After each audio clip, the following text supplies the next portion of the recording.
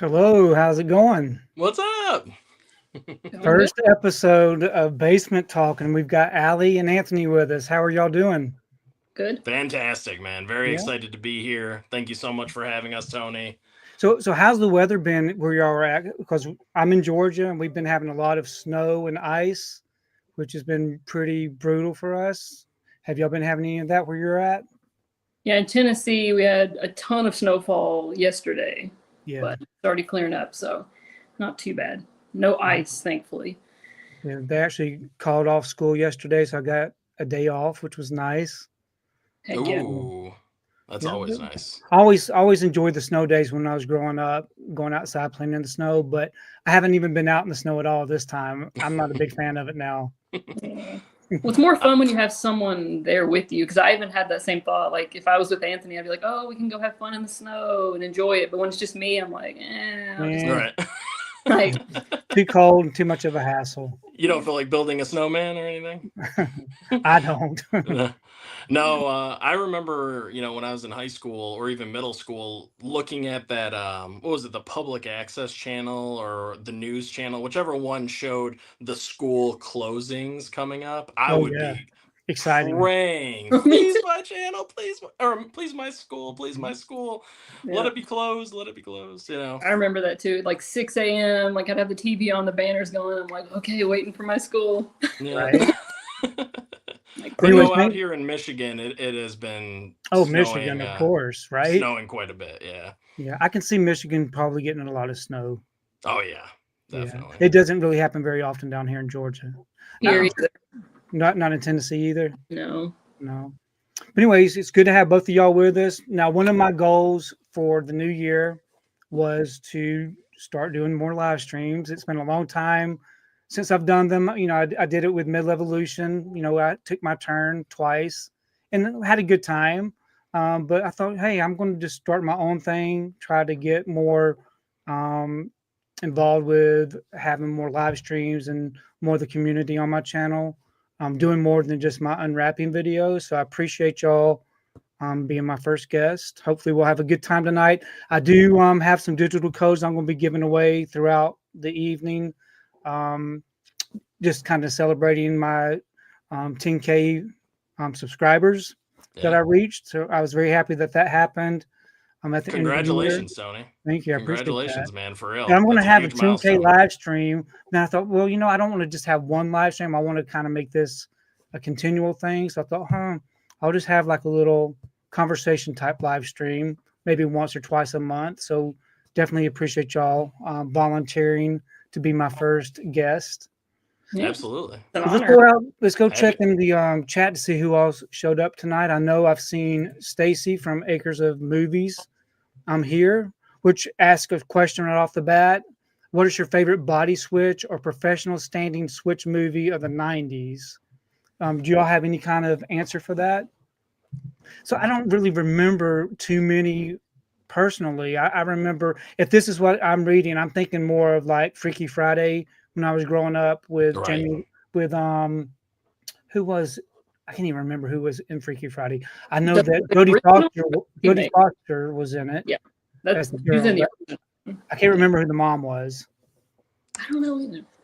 I can't think of any from the 90s though. I feel like we got Winner. of those like in the 2000s maybe. Oh, okay.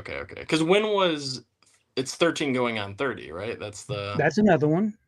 But it's not. I mean, it's not like body switching per se. She just got older. You know, right. she became 30, whatever. But like in Freaky Friday, it's like a proper body swap. That's Yeah, true. and, Yeah. and I'm thinking about the one with Tom Hanks. Oh, Big. big. Big. That was a Yeah. good one, but That's, that's another instance. Yeah. yeah, just like growing up overnight. And we have Tony T here. Hello, Tony Hey, T. Tony. Tony with an I. Very cool. Like Tony. Prince. We have Prince. How's it going, Prince? What's up, buddy? Hopefully, Prince won't call me Grandpa any tonight. Just stick with Uncle. I can live with that. We have another Tony here. We have Tony P here. How's Hey, it going, Tony. Tony? Another awesome channel there. Oh, another awesome channel. Let the Hey, what's movie up? man. We got Dave. Very nice. How's it going, Dave? We have Steve. How's it going, Steve. Steve? Yep, I had to use my my dance mix in my intro. I like that for some reason. I use that in all my videos. We I have dig it. Epic Entertainment Podcast. How's it going? Hey, how's it going, bud? Yep, I follow him See, on Instagram as well. Yep. we have Mama Blu-ray here. How's it Mama going, Bonnie? Blu-ray. Thanks for stopping by. We Welcome. also have my pal Holland Oates here. Oh, you can't have a Yes. proper live stream without Holland Oates. Right now it's definitely official. Yep. Yeah. Maybe one of these days I can get Holland to join me in a live stream. Do a face reveal. I don't That know. would be I don't know if it'll ever happen, but It would break the internet. it might. love It that. just might. How's it going, Turner fan? Hey, Turner fan. See who else we have. Scolder. Scolder. How's it Hello. going? Coco Dutch. Now Coco. Brian and Coco are going to be joining me in the live stream soon, I hope. Ooh. Yes, I've already can't been talking to Brian about it, so hopefully they'll be able to do that. I was gonna recommend those two actually for the next one, so it's funny that you say that. That would be a lot of fun. Yeah, Yeah. it would be. Me and we can talk Disney stuff also during that time. I like my Disney stuff. Ooh. Oh yeah, Um, because you and Brian, you both have the movie club or the Disney movie club Blu-rays, right? Like all of them. Yes, don't you? we do. I'm But we can also talk Disney park stuff too. We like the Disney parks. Yeah, absolutely. Yeah. I'm jealous of some of those Blu-rays like Freaky Friday and Holes. Yeah, I'm thankful that I got all those before they quit the club. Yeah. That's a shame. Yeah, Mighty Ducks is another great one. Yes. A Goofy Honey, movie. I Shrunk the Kids, all those Honey- good. oh, Man, some great ones. yeah. We have Let's Talk Criterion here, all the way from the UK. How's it going? It's a Hey. great name. Love Yeah. it. Yeah, I could always talk Criterion. Absolutely. We have Mizzy with us. How's it going, Mizzy. Mizzy? What's up, Missy? What's up, buddy? Adrian James, how's it going? Hey, Adrian. Let's see who else we have here. We've got this person here. I'm doing good. I don't want to mess up. I don't want to mess up the name, so I'm not going to even try to pronounce that first part. Yeah, I guess. Yeah. I'm doing Just pretty good. us. I'm having a good day. I've been I watched my movie for the day, which was okay. It wasn't great. And I've been watching the Jared the Subway Guy documentary. I love those kind of things, the true crime, Yeah. the documentaries about celebrities that went bad. Those are always interesting and entertaining. Has that documentary made you want some Subway? No, I'm not a big fan of Subway.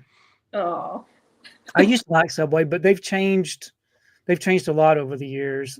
Subway used to be pretty good, but they're not my go-to sandwich any longer. no. I'd rather have like Jimmy John's. Jimmy John's. Y'all have Jimmy John's where you're at? Yep. Yes, yeah, but I am more of a Subway guy, or even we have Tubby's out here. I don't know if you have Tubby's. No, I've out never that heard way, of Tubby's. but Tubby's is really good too. Such a Yeah. fun name.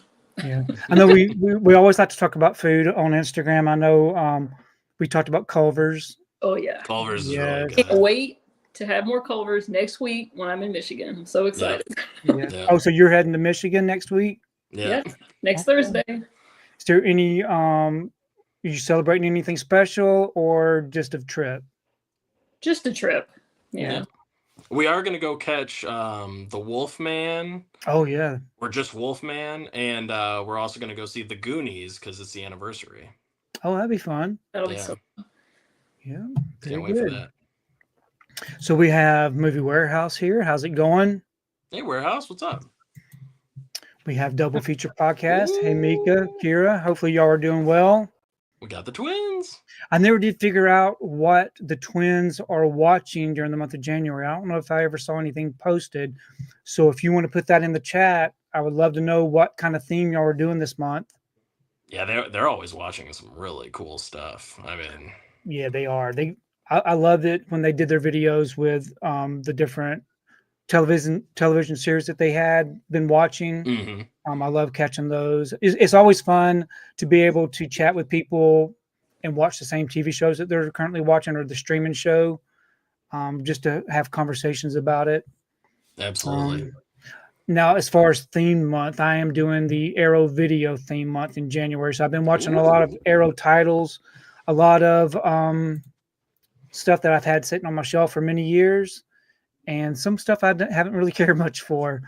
So I don't know if I'm going to try to sell those or what I'm going to do with it. But yeah, are y'all doing any kind of special thing for January as far as what you're watching or streaming? No, just always trying to watch some newer movies blended in with the rewatches, because I tend to rewatch a lot of the stuff that I love, but I also want to make sure I'm watching new movies and stuff as well. So I try to do a healthy blend. Yeah. Last year, it wasn't like a resolution or anything, but I told myself I'm going to go see as many like indie horror films as I possibly can in the theater, and I saw a ton, so I was really happy about that. Yeah. And I hope to do that this year too. I was stalking your YouTube channel, Anthony, trying to see if you had done any kind of top rankings for the year 2024, but you haven't done anything yet. Do you plan on doing any of that, or would you like to share here on this live stream what were some of your favorite films that you watched last year? Oh no, I can share it. I was wondering if Gizmo was gonna want to do like the best of 2024 or something like that. Because we did it for 2023. We did like the best of, the worst of.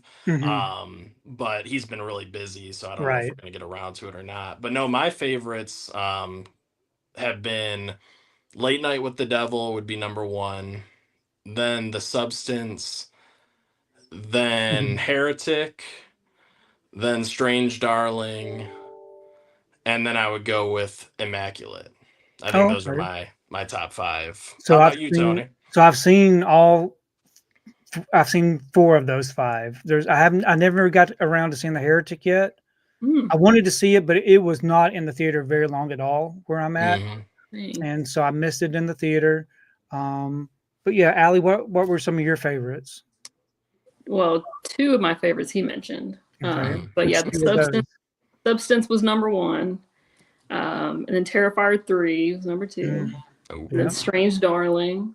Maxine, which I know is controversial. A lot of people didn't like it, but I really did. And Quiet Place Day 1. I really liked that one too. Yeah, those are all good. Yep. Yeah. Very good I'm choices. trying to think of I'm really bad about remembering the titles off, in a public setting. For some reason I can't think of titles. But the one with James McAvoy, Speak No Evil. Yeah, it was good. I enjoyed that one. I enjoyed The Substance. Strange Darlings was excellent. I love that one. I just like the style of that and the twist. To me, that was perfection. So we had some really great films this past year. We did. Absolutely. Yeah. Did you enjoy Cuckoo? I did not. I don't know what it was about it. To me, it just really didn't do much of anything. The trailer had me hopeful. I thought it was going to be pretty creepy, but to me, it wasn't even creepy. There was a scene in it that was still creepy, but that scene is the same one I saw in the trailer. Yeah. But to me, nothing really happened. It was very forgettable for me. Yeah. See, I really like the style of it. I don't know. I guess I'm the only one because a lot of people did not like that one, but I dug it. I didn't think it was scary at all, but I just thought the look of it was really cool. I kind of liked the vibe because it was very weird. Yeah. And Dan Stevens gives a really good performance as well as Ellie. What's the lady's name? Do you remember the girl's name? That's the lead star in it. I forgot her name, but she was really good too. Hunter Schafer. Hunter Schafer. Ally's so good with the names. I'm terrible at remembering names. I got you. Especially on the spot. I'm trying to think. The one with Nicolas Cage. Long Legs? Yes, Long Legs. I enjoyed that one too. Yeah. When I say the one with Nicolas Cage, he's probably done like 20 movies this past year. So I'm sorry. I'm glad Aly knew exactly what it was I was trying to grasp at. I was like, that's probably the one. That's probably the one, most acclaimed.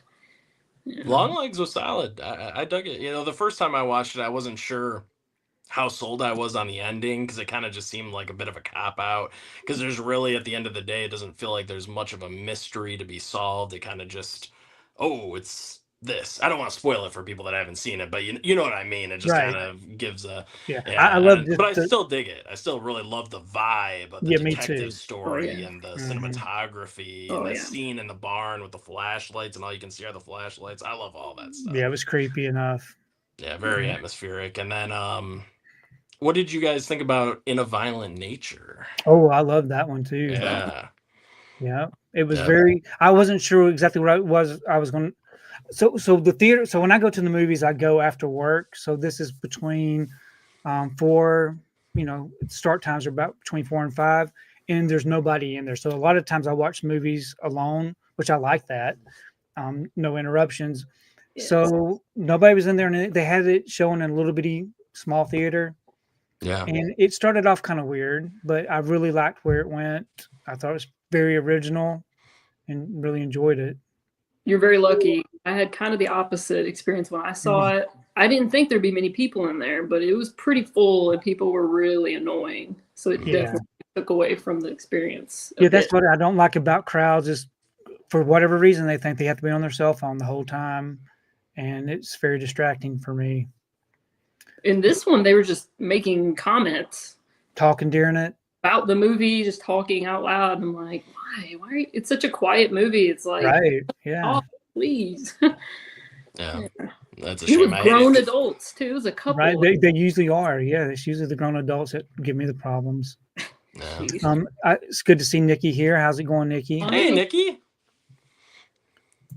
So Nikki got some snow too. They got snow. They're not, we're in the same general vicinity of each other. So if we get snow, I'm sure they got snow also. I think I saw Jeff posting some pictures earlier of snow. I think he said it was his 5-year-old's like first time having snow. Oh wow, that's cool. That's where really it is, I guess. Yeah. We have Geriatric Geek here. How's it going? He's in Las Vegas. Wow. So they have, so believe it or not, we have had snow here before too. So that is very unusual for Las Vegas to get snow, I'm sure. Oh yeah. That's very rare. We have Tiana here. How's it going, Tiana? Our friend from Canada. Our friend from Canada probably sees a lot of snow. Yep. Unless she's in the part of Canada that does not get any snow. Let's see who else we have. We have Johnny here. How's it going, Johnny? Oh, Johnny. What are you watching, Johnny? Johnny's the cool kid. Tell us what you're watching, bud. So while we were talking about movies, I have a few questions I was going to ask y'all. Because I wanted to have some good topics to talk about. And I know that y'all have got some questions for me too. So I thought I would start off with some really easy ones.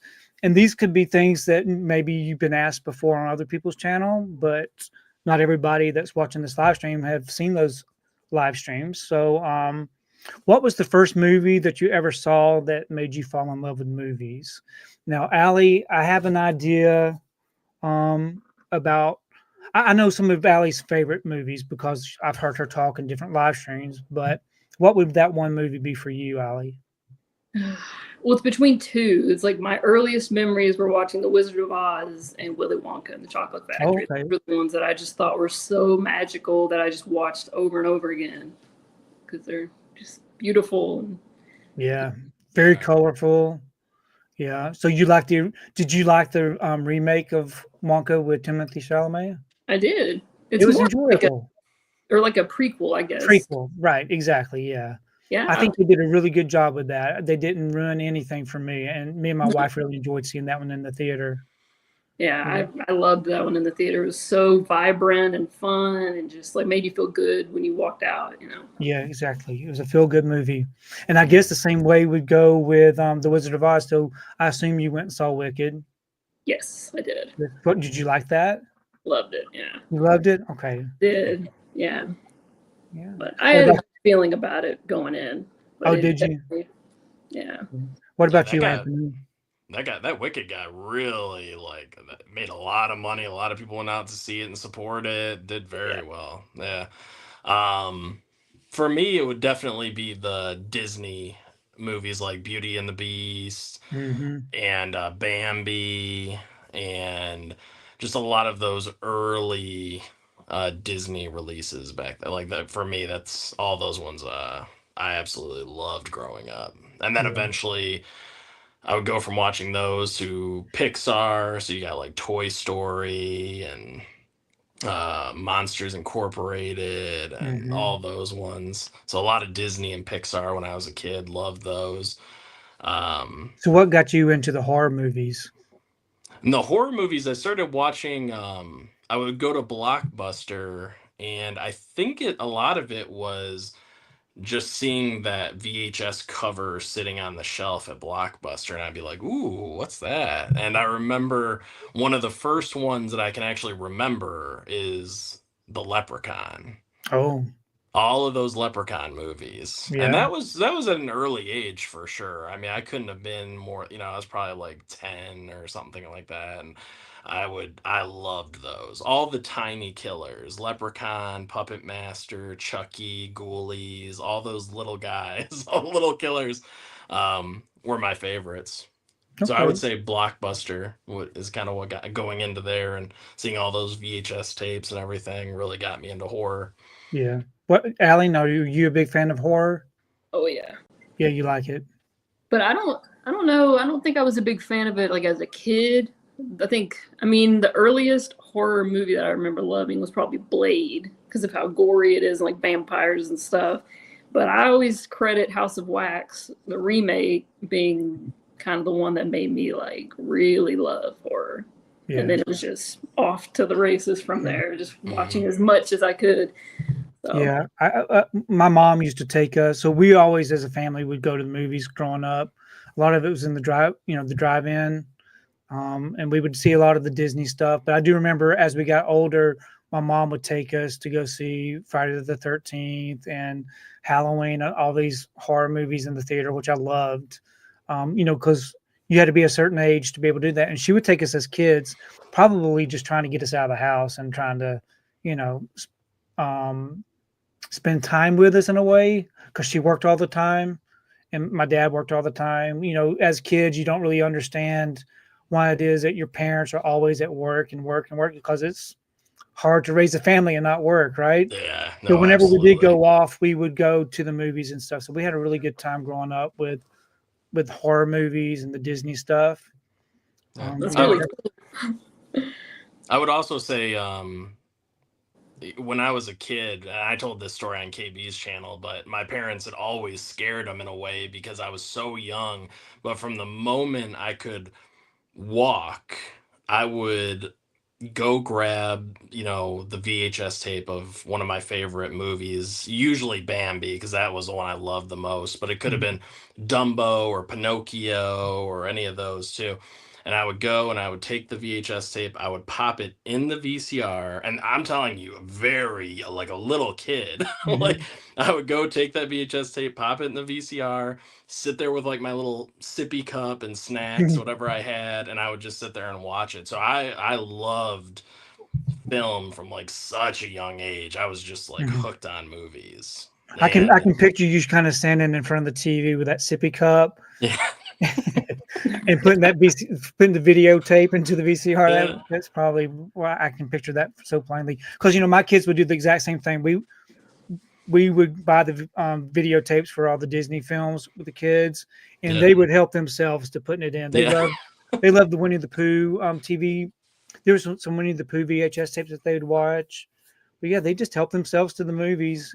Just pop them in, and it's amazing what kids can learn. At a very young age. Yes, and I also had the Winnie the Pooh movies that you're talking, because I think there were a few of them actually. Yes, like a little series.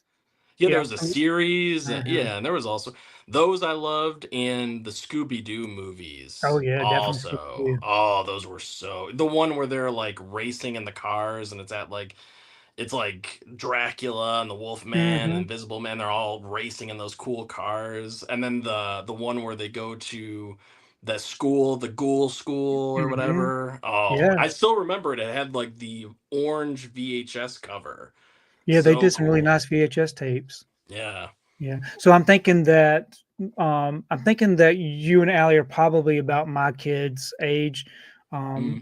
my youngest one just turned 30 years old yesterday. Oh, wow. Or actually, it's the day before yesterday now. It was on the 9th. But yeah, so I'm thinking the things that they liked as kids is probably the same things that y'all probably enjoyed watching. Probably pretty close, yeah. Yeah. I also loved, I gotta throw this one out though. Shout out to Three Ninjas. My grandma used to take me to go see Three Ninjas all the time. I drove her crazy.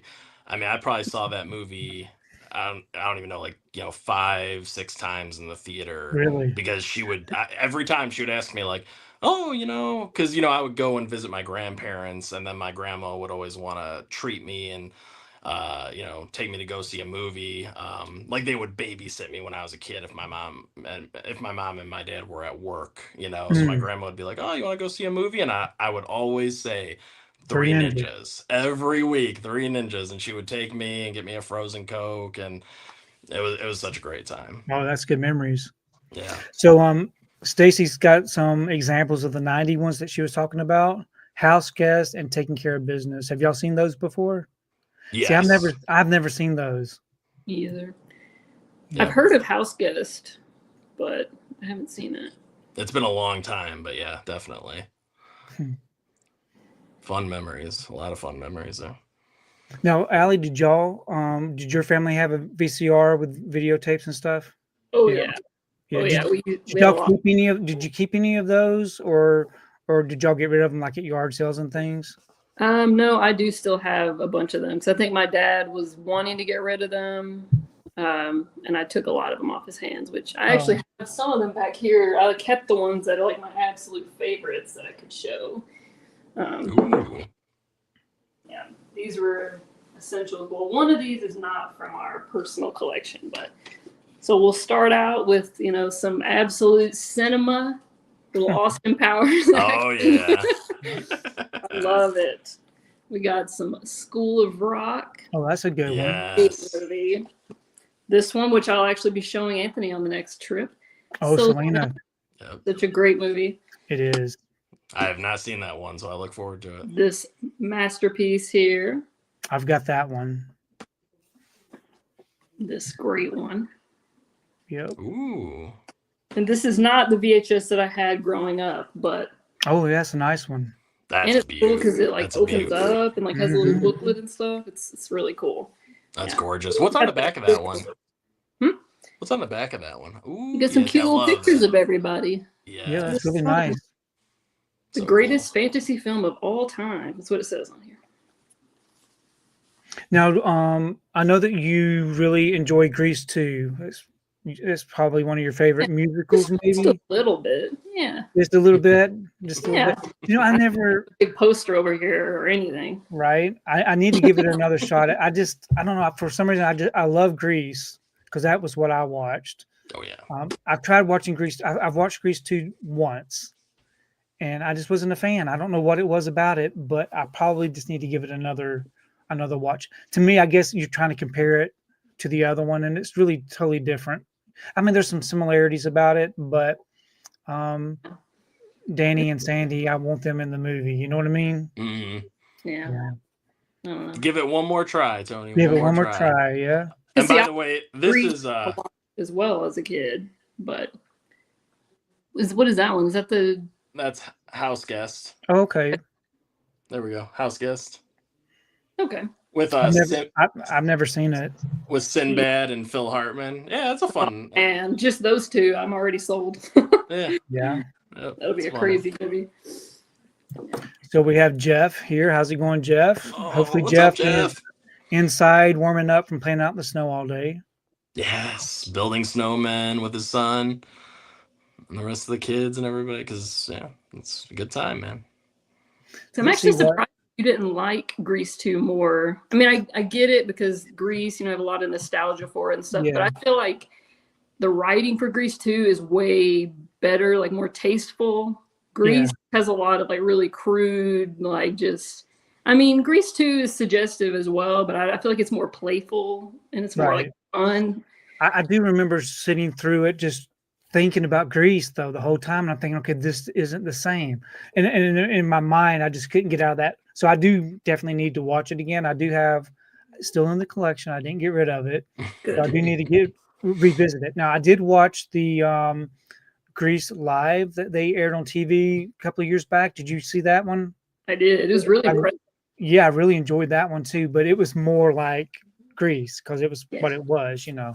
But they made some changes, which I liked. They changed some lyrics, and they were way more tasteful and way better. Yeah. So I definitely need to give Grease 2 another try. Yeah.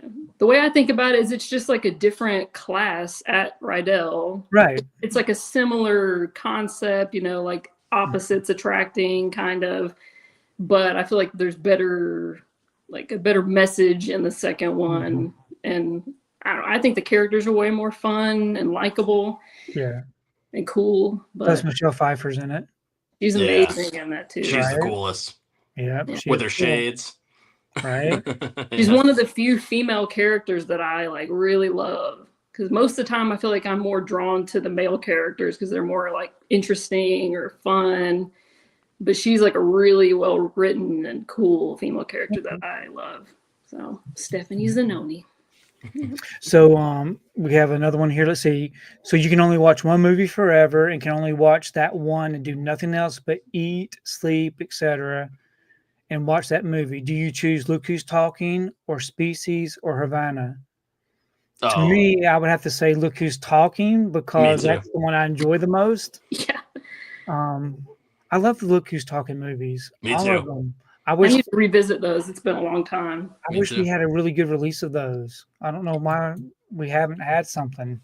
You know, it's so funny that they brought that up because I grew up watching all of those Look Who's Talking movies with my mom. My mom is a huge fan of those, and she was just asking me about those. Like, hey, did these have a good release, like a Blu-ray or anything? And I'm like, the only one that has a Blu-ray is the first one, and then but it's kind of out of print because I think I saw it on eBay for like $30 or something like that.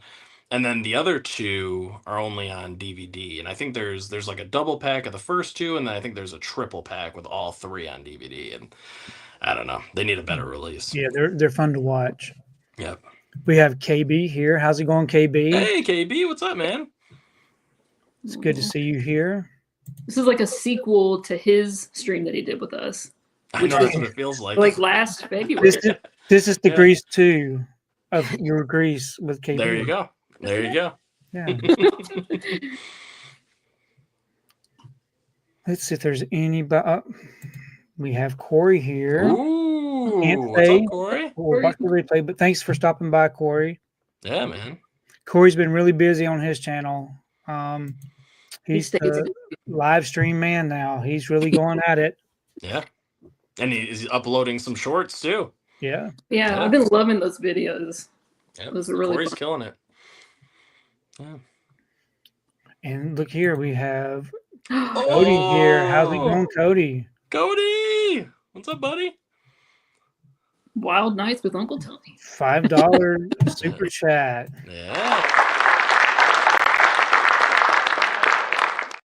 My first live stream super chat.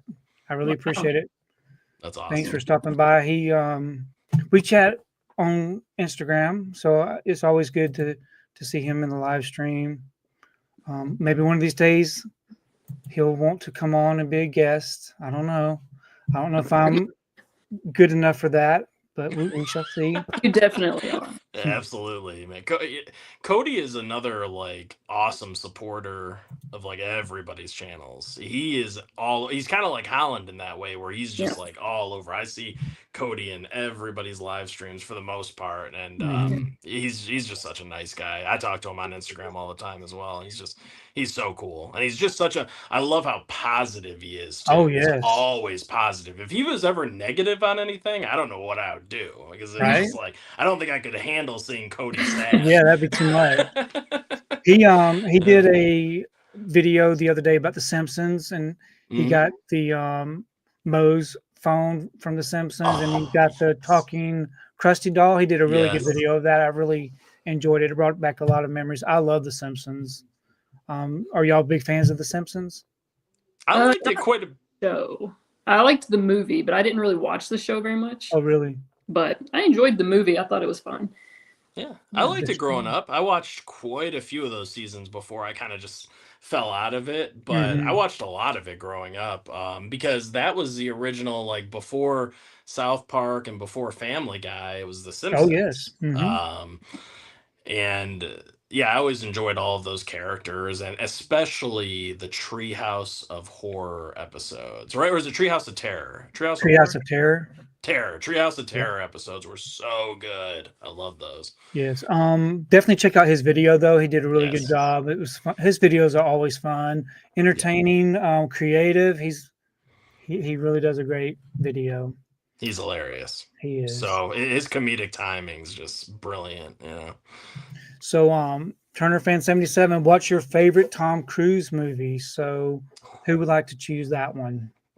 Who would like to go first? God, I love I've seen so the many. least, so I guess I could go. Okay, what you got? I don't know. Favorite is hard because I think his best movie that I've seen is probably Top Gun Maverick. But again, I haven't seen a lot of his like biggest, best movies, like the Mission Impossible movies and all of that.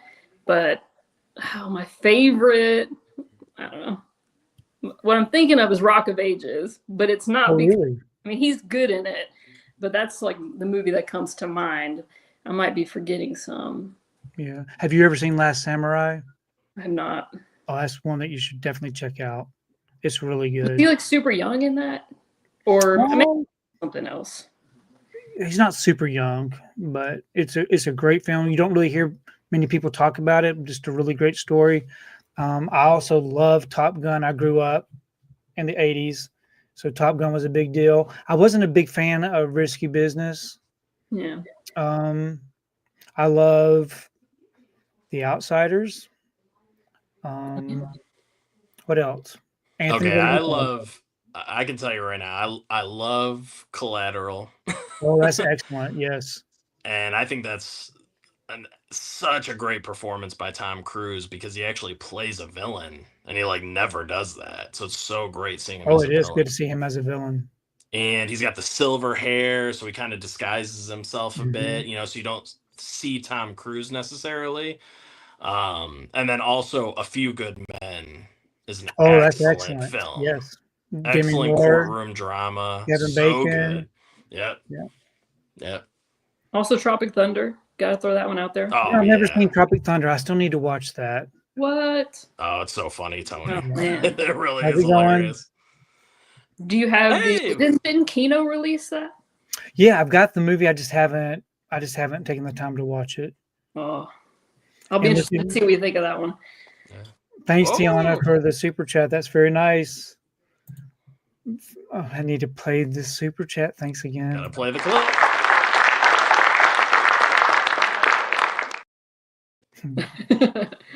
But thank you very much, Tiana. That's very nice of you. Yep. Can you think of any other good Tom Cruise movies? So, Aly, you were saying that you haven't seen Mission Impossible films? I have not. Oh, wow. Okay. Those are so much fun. Yeah, I need to see them. I bet I'd really like them. Yeah. They're all a really good time. Minority Report is another one. Oh yeah. I've seen You know, that I'm one. a big fan of that. That's like a sci-fi. Have y'all seen action Far and kind of Away film. with Nicole Kidman? No, Tom I need to. Oh, that's 100%. You need to check that one out. 'Cause I really like Nicole Kidman as well. So. Yeah, it's a great film. I enjoy that one. Born on the 4th of July. I remember that one being good. I haven't seen it in years though. I haven't either. I've seen it once, but it's a Vanilla- hard watch. Vanilla Sky. Never saw it. That's a really trippy one. The Eyes Wide Shut. I little really Kubrick like in Eyes there. Wide. Yeah, Eyes Wide Shut. I think is great. I really do. Yeah, that's another. Yeah, Kubrick. You can't go wrong. Now, speaking about doing a movie a day, Turner Fan 77. I don't know if you follow him on Instagram or on Letterboxd, but I don't see how he gets in as many movies as he gets in a year. But It's incredible. He's amazing. Uh-huh. Yep. And It's a lot like- of times I'll see what he posts, and that's what I'll go look for to watch, just because, you know, he gives those star reviews and you can kind of tell what he likes.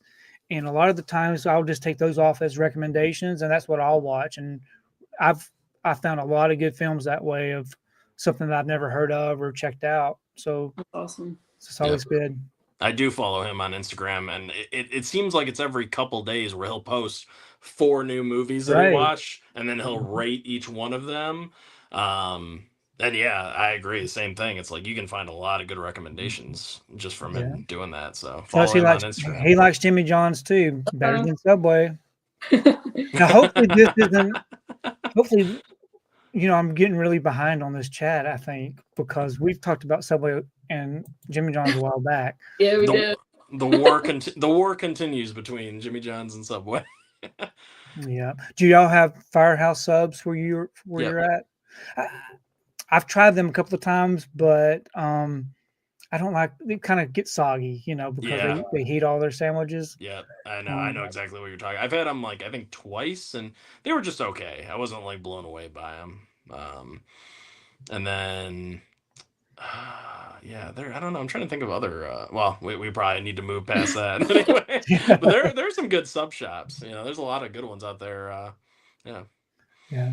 So another thing about Gina Davis and Susan Sarandon kicked up a Thelma and Louise 2 to help their careers. Would that be okay? Would y'all like to see them do a Thelma and Louise part 2? To me, I'm thinking it would be impossible to do because of the way the first one ended. So that would be, I don't know, it'd be interesting, an interesting concept. Yeah. Because if you have to pick up where that left off to see the aftermath of how they survived that, but then they look so much older, so it's like, I don't think that would work. Yeah, there's so many good Gina Davis films and Susan Sarandon films though that you can check out. Oh yeah. But we have Cody in the cinema here. Have y'all checked out Cody's channel? Have y'all ever? Cody in the Cinema has an excellent channel. I love seeing what he posts every day. He loves the classic films. He loves the Westerns, A24 stuff. But he's got a channel. If y'all have not subscribed to Cody in the Cinema, definitely check his channel out. It's good to see him here. Yeah, no, I haven't. I don't think so. I don't believe so. So I'll have to go watch some of his videos for sure. The Blue Corner, I guess it's Blind Buys month for me then. So I guess the Blue Corner must be getting a lot of blind buys this month. Nice. Collector Movie Man is doing 52-week movie challenge. Just bought 2 movies that he'll be watching for the 52-week movie challenge, and they're movies that he's never seen. So that's interesting. That's an interesting way of doing it. Yeah. Can you imagine going a whole year of only watching movies that you've never seen? Would you be able to do that? Probably not. Not for me. Think you would be able to without revisiting some of your favorites during the year? It'd be difficult, but I feel like I space my rewatches out somewhat good. So I don't know. Do y'all rewatch the same ones over and over again? Oh yeah, I rewatch I rewatch quite a few of the same movies. Yeah, a lot of the classics, like all the action movies. Die Hard, Lethal Weapon, Cliffhanger. I rewatch Halloween, a lot of the Halloween films, a lot of the Friday the 13th films. Yeah, Nightmare on Elm Street. Are you just afraid to try new things, or do you think you feel like you're just more comfortable watching things that you already know that you enjoy? Oh no, I do. I do watch a lot of new stuff. Like actually, right now on my Letterboxd, it's pretty even. I think because I've watched 16 films this year so far, and I think about half of them were new and half of them were rewatches. So okay. That's good. I would say like every other one, I'll do a new movie, or sometimes I'll go on a streak and watch like 3 new ones in a row or 3 rewatches. Just kind of depends on my mood. Yep, we've got Joe. Joe's here. Joe and Marie. Speaking of Bambi, Marie loves Bambi. I know she does. She's got a great Bambi collection too. And Joe loves Grease too. So there you go. That's true.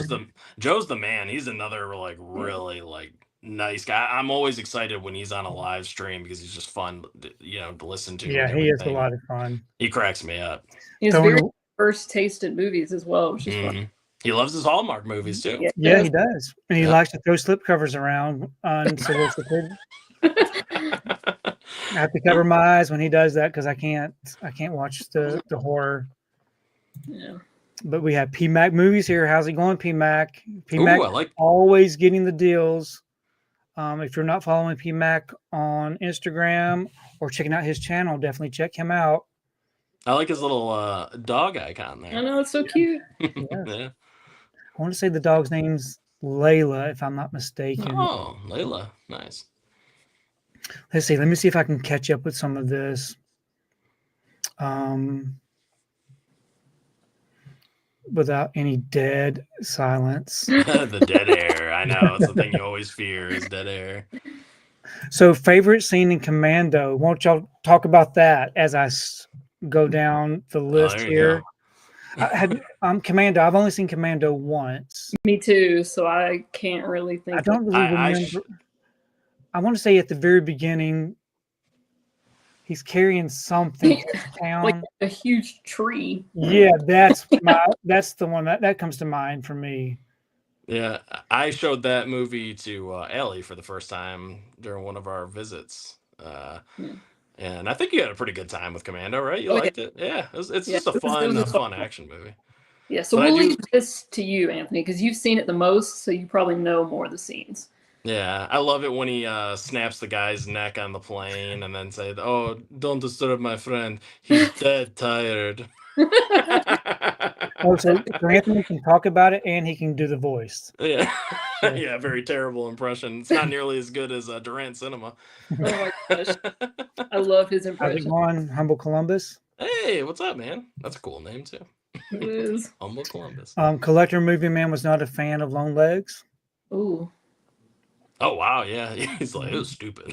I like it. It's funny. It cracks me up. I do like it when people have strong takes sometimes, because even if I disagree or whatever, I can always get a good laugh out of it no matter what.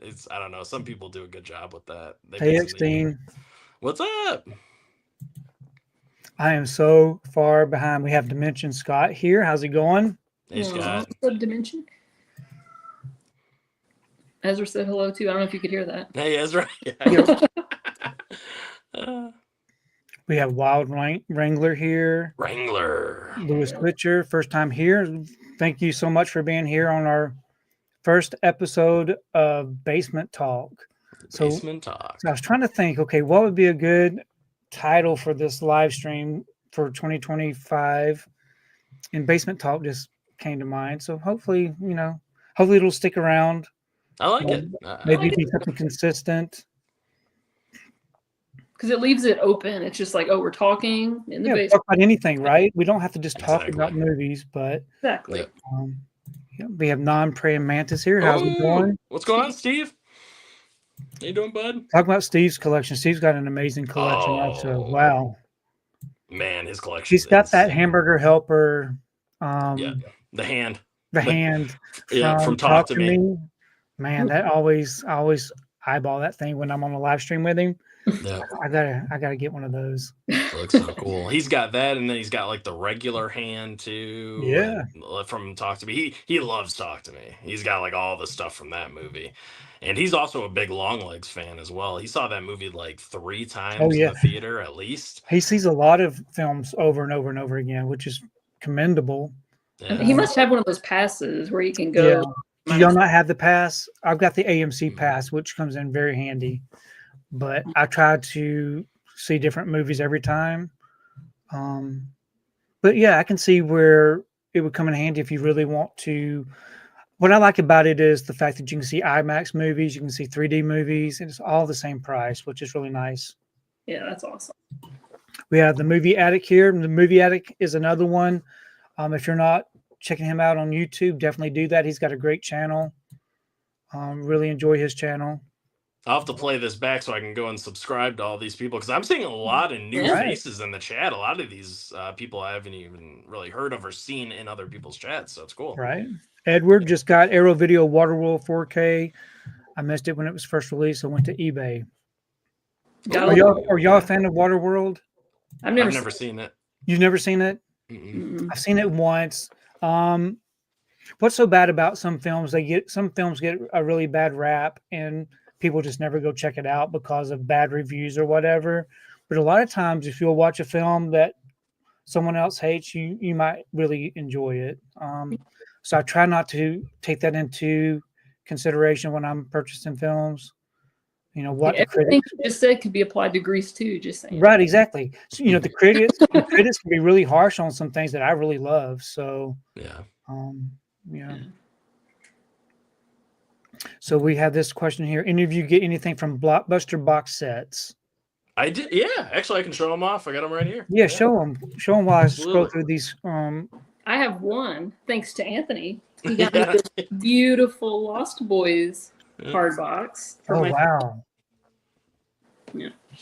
Aly doesn't usually get a lot of hard boxes, but I'm like, babe, you're gonna love this one. So I surprised her with it. I'm like, this is gonna be a hard box. Because I love that original poster art. I used to have a shirt with it on there. It's so beautiful. Oh yeah, that's great. It's gorgeous. And I love that back artwork. It's so cool. Them like floating on the night. Yeah, absolutely. I've got The Thing. Wow, that's really nice. And I have The Fog. Mm-hmm. And just so you guys know, Blockbuster Box Sets has his own YouTube channel now, so you can go and subscribe to him, and he'll give you updates on everything that he's working on. And yeah, it's pretty awesome. Beetlejuice. It's cool seeing the face behind the company. It's really cool. Yeah, that is great. Yep. Love that one. The Handbook for the Recently Deceased. Pulp Fiction. Oh, that's really nice. See, now I don't need to be seeing all of this. I'm supposed to be getting back in 2025, and then all this nice stuff's shown. You know, I'll just have to live vicariously through what y'all get. Just close your eyes, son. Just cover them. How many have you bought, Anthony? 7 total, including the one for Aly. So I've got 6 here, and then the one I bought for her. Very nice. Oh no, I'm sorry, I forgot. No, I got 7 of these regular side-loading ones. Beautiful.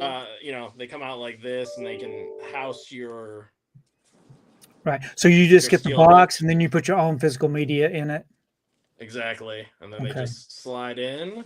And then I also have the Chucky box set to put all the Scream Factory Chucky films into. So I've seen that one. Well. Yeah, very nice. Yep. We have Al here. How's it going, Al? It's good to see you here. Magnolia. Al, yes. Al had the Criterion Corner. I don't know if that will ever come back, but I hope that it does. I really enjoyed my conversations with Al. We have Fish. Fish is here tonight. How's it going, Fish? Hopefully Fish has the evening off from work. Let's see. I know Fish is another one that sees a lot of movies too. Yes, it's very convenient for him. Yeah. Now, have any of y'all ever worked at a movie theater before? No. Sadly not. I wish. No. I wish that I had. I've actually worked at a movie theater, and I've also worked in a video store growing up. So I think that kind of plays into my love of movies. Was it a mom and pop video store, Tony? It was a mom and pop video store called Video Country, and this was during the heydays of the 80s, and I really loved it. This was back, of course, Blockbuster was around, but when Blockbuster came around, all these little mom and pop shops kind of closed down, especially when Hollywood Video came out. It was more competition. It really killed the small mom and pop stores, but I still loved working there. As far as the movie theater, I worked at an AMC theater. That wasn't as fun. Working concessions is not the way to go. People would always complain about how expensive it was, but you know, the prices are posted right there in front of you. Right. Exactly. It's like you complaining to me is not going to fix anything. I just work here. Like I don't control prices. Do you want popcorn? Right. Exactly. You want butter on your popcorn? You know. That always boggles my mind too when people attack the poor workers at these stores. I'm like, they have absolutely, because I've worked retail my whole life. I'm like, we have absolutely no control over what this giant corporation does. I got news for you. So we just do what they tell us to do, and we sell the products, and that's it. We have no other control over it. We have no control. It is what it is. You know, the prices are what they are. Hey, Pat Master. How's it going? We also have Year, Trini's here. How's it going, Trini? Trini. What's up, Trini? Perhaps says hello to Aly. Happy New Year, Aly. Yep. Trini's got a great collection as well. Yes, Trini's got a very great collection. Mm-hmm. We have Adam here. How's it going, Adam? Adam went on a hunt today and actually found found one particular VHS tape, if I remember correctly. Dude, Adam finds all sorts of cool I don't stuff see how out he in the does it. wild. I wish I had more places. I'm sure there's more places around me if I really went for it and did the hunt. But I'm just one of those people that just likes to go get what you know that you can find. Me too. I am on the hunt though at Walmart. They've got a new series of slipcovers. There's 8 total that I'm really wanting to find. They haven't hit any of our stores here yet, but I'm definitely on the hunt for that.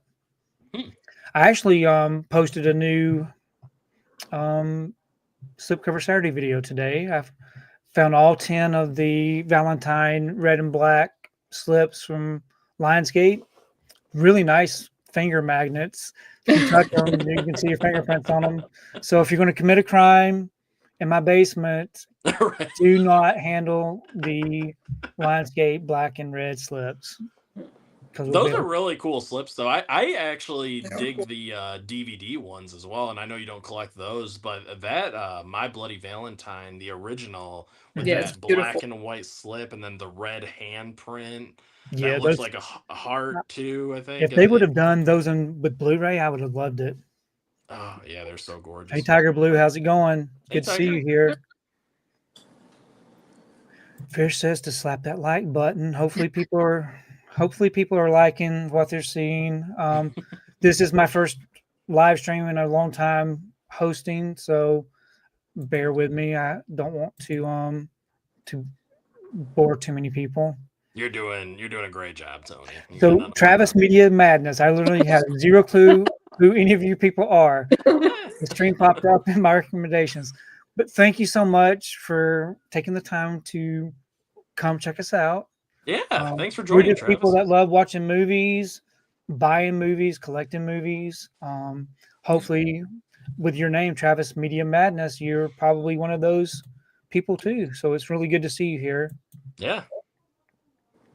James plays video game stuff. Halloween Resurrection's his favorite. Oh wow, very cool. Very unique.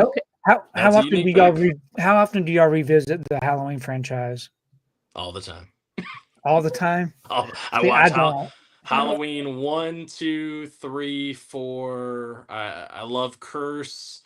I really love Halloween 2018 as well. Kills has actually grown on me quite a bit. Halloween H2O is another big one for me that I can rewatch anytime. Like, I like returning to. I love that one. Rob Zombies. This is a good segment because in celebration of the 10K subscribers that I've got now, I've given away some digital codes. So I've actually have Rob Zombie's Halloween 1 and 2 available. Ooh. I'm going to put it up on the screen. So take your time. The first person that gets it, if you get it and it works, please let us know so that nobody else tries to get it. Well, there's a freebie for someone. That's the Joker. So take your time. Get the Joker. This is I think this is the 4K release for Joker, the first one, not the second. Give you guys a little visual. There you go, a little visual aid. Shine. I love it. So, like I said before, we do have Rob Zombie's Halloween 1 and 2. There's the code for that. But if you do get a code, please let everybody in the chat know so that they don't keep trying to get it. Right. I've got plenty of codes to give away, so we will do more here later on. But I think right now I need to work my way through this chat. No, yeah, keep going, man. It's fun. They've been asking a lot of great questions. It's cool to have everybody out. A lot of new faces. And we have Chris C here. How's it going, Chris? Yes. Big fan of the substance. Love it. Yes. Yep, me too, man. I think that Stacey, one. How's it going, Stacy? Hey, Stacy. If you want to see an amazing collection, Stacy collects everything. So just like with Anthony, you have all of these pop figures and all these collectibles. I used to collect other things other than movies, but they just pretty much took over. So I kind of got away from that. But I do love seeing what y'all collect. Especially Stacy has a lot of retro stuff that I really love to see. Nice. And Stacy's always been really good to me and my channel as far as sending over things, some old Criterion releases on DVD that I never had in my collection. So I'm really thankful for that. Stacy's a great guy. Absolutely. Yeah, Let's I've seen see him who on some live streams and stuff too. Look who's here. Look who took time out of their busy schedule to say hello. How's it going, Gizmo? Hopefully you're not. Hopefully you're getting some rest and not overdoing it. He's got fish guts all over his hands. Cool. I love it.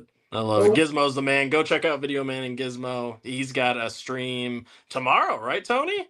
Tomorrow's the Rotten. Is it tomorrow? Right? Is tomorrow the Rotten stream? I think it is. Correct me if I'm wrong, Gizmo, but I think tomorrow's the correct Rotten me stream, right? if I am not aware, because it is already January the 11th. So maybe it is tomorrow. I don't know. Definitely let me know on Instagram, Gizmo, because if it is, I've got some movies to watch. Oh yeah. Go subscribe to Gizmo though, man. He's got a great channel and he's a director. He directs horror movies. Yeah, he's a great awesome guy. Yeah. And we have Jace here. How's it going? Hey Jace. That's another name. Wow, I haven't seen him in a while. I know, That's cool. either. He had a live stream going, I want to say New Year's Eve maybe. I love watching his live streams. I don't get to watch all of it because they kind of just go and go and go. But he's another big fan of Westerns, which I love. So yeah, good to see you here, Jace. John Robinson, how's it going from the UK? Oh, very nice. Across the pond. Yep, we have several people from across the pond. Yeah. Let's see. And they're on a whole nother time zone too. So for them, it's like it's cool that they're joining us now and everything. Yeah, they should be in bed sleeping. Yeah, we got all these night owls, Right. OG Halloween only for me. So the OG Halloween and Halloween 2 are what I watch every Halloween season. Those are the two that I'll rewatch. The other ones I haven't really visited very often. I really need to try to do that. Around the Halloween season, though, it's so hard to watch everything, get it all in. So many options. Halloween just doesn't last long enough, right? I mean, we have those 31 days, and then as soon as Halloween's over, it's Christmas. Yeah. Yep. Exorcist 1 and 2. I don't know if I will ever revisit part 2 again. Do you like part 2? I've only seen The Exorcist. I've never seen any of the other sequels. I love the original. What do y'all think about part 2? I haven't seen part 2. You know what's funny? I haven't seen it. I've only seen 1 and 3 because I've always heard that Exorcist 2 is terrible. And trust me, I'm one of those people that I like to make up my own mind, so I should watch it. But it's one of those films I've just heard like literally no one speak positively of, so it hasn't been on the top of my to-do list. Yeah, I really do need to watch some. I do need to watch some of those though, because I have heard good things about all of them. But I love Exorcist 3. Exorcist 3 is excellent. I think you'll like that one. I put it right up there with the first one. That's how good Exorcist 3 is. Okay. Well, Anthony, this question is for you from Gizmo. Uh-oh. What remake, prequel, sequel, or reboot are you looking most forward to in 2025? No, 28 Years Later is a great one for sure. God, there are so many. Oh, I know what it is. Final Destination Bloodlines, for sure. Oh, really? I love the Final Destination movies, except for the fourth one. The fourth one's terrible with the NASCAR race car stuff. I don't like that one, but the other ones are all really good. So I'm looking forward to that, for sure. How about you, Aly? You got any movies in general? Like, what are you looking forward to this year? I know I have stuff on my Letterboxd watch list, but I'm bad at thinking of things off the top of my head. Right. Maybe I Know What You Did Last Summer, the new one for that not summer. Oh, I got a good one. Hard Eyes. Yes, I mean that's not Eyes. like a remake or a prequel or anything, but yeah, I am looking forward to that one. Yeah, check that one out.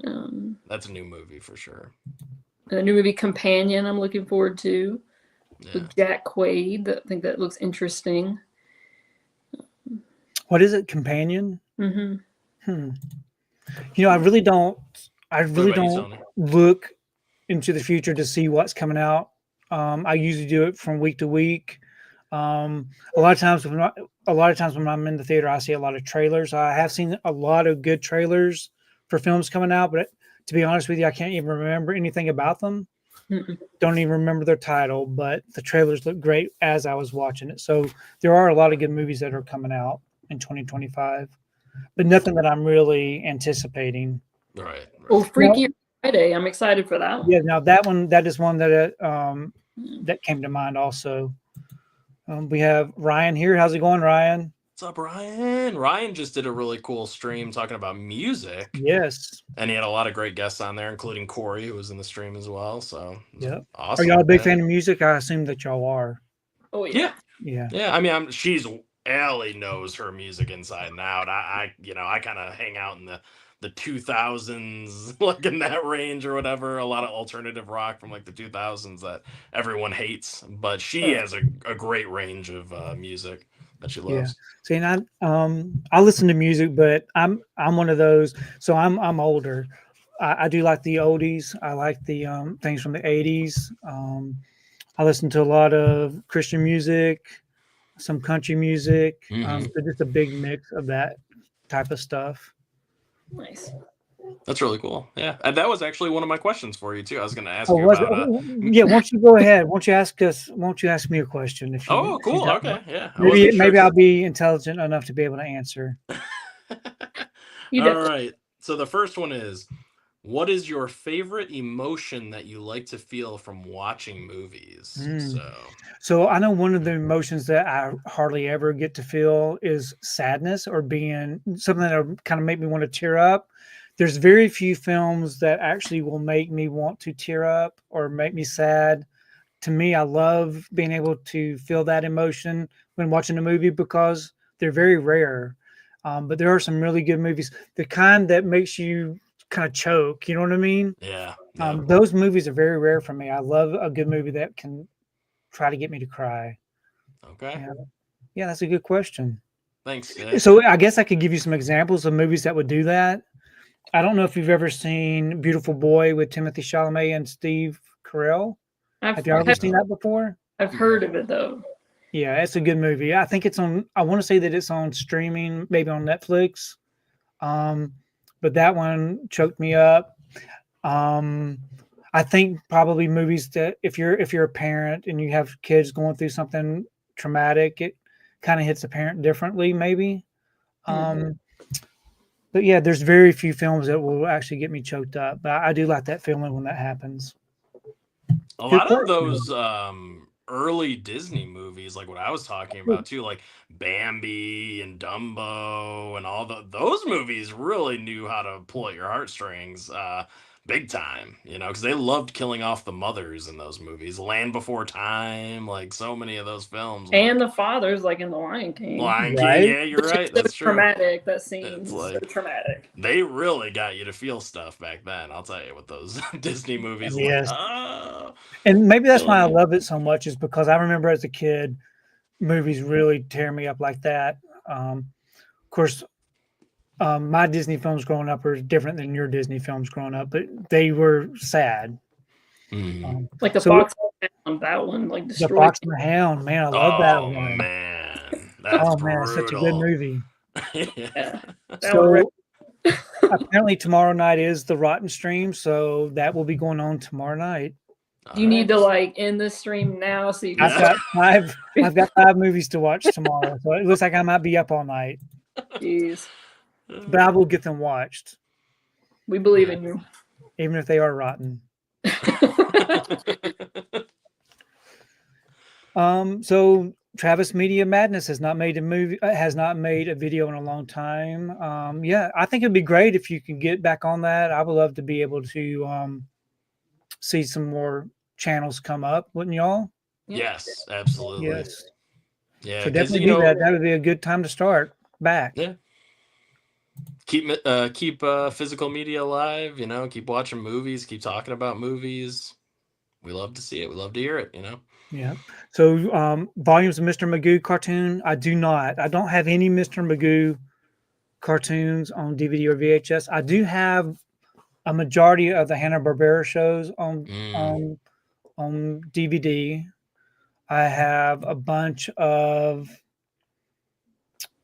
mostly Hanna-Barbera stuff.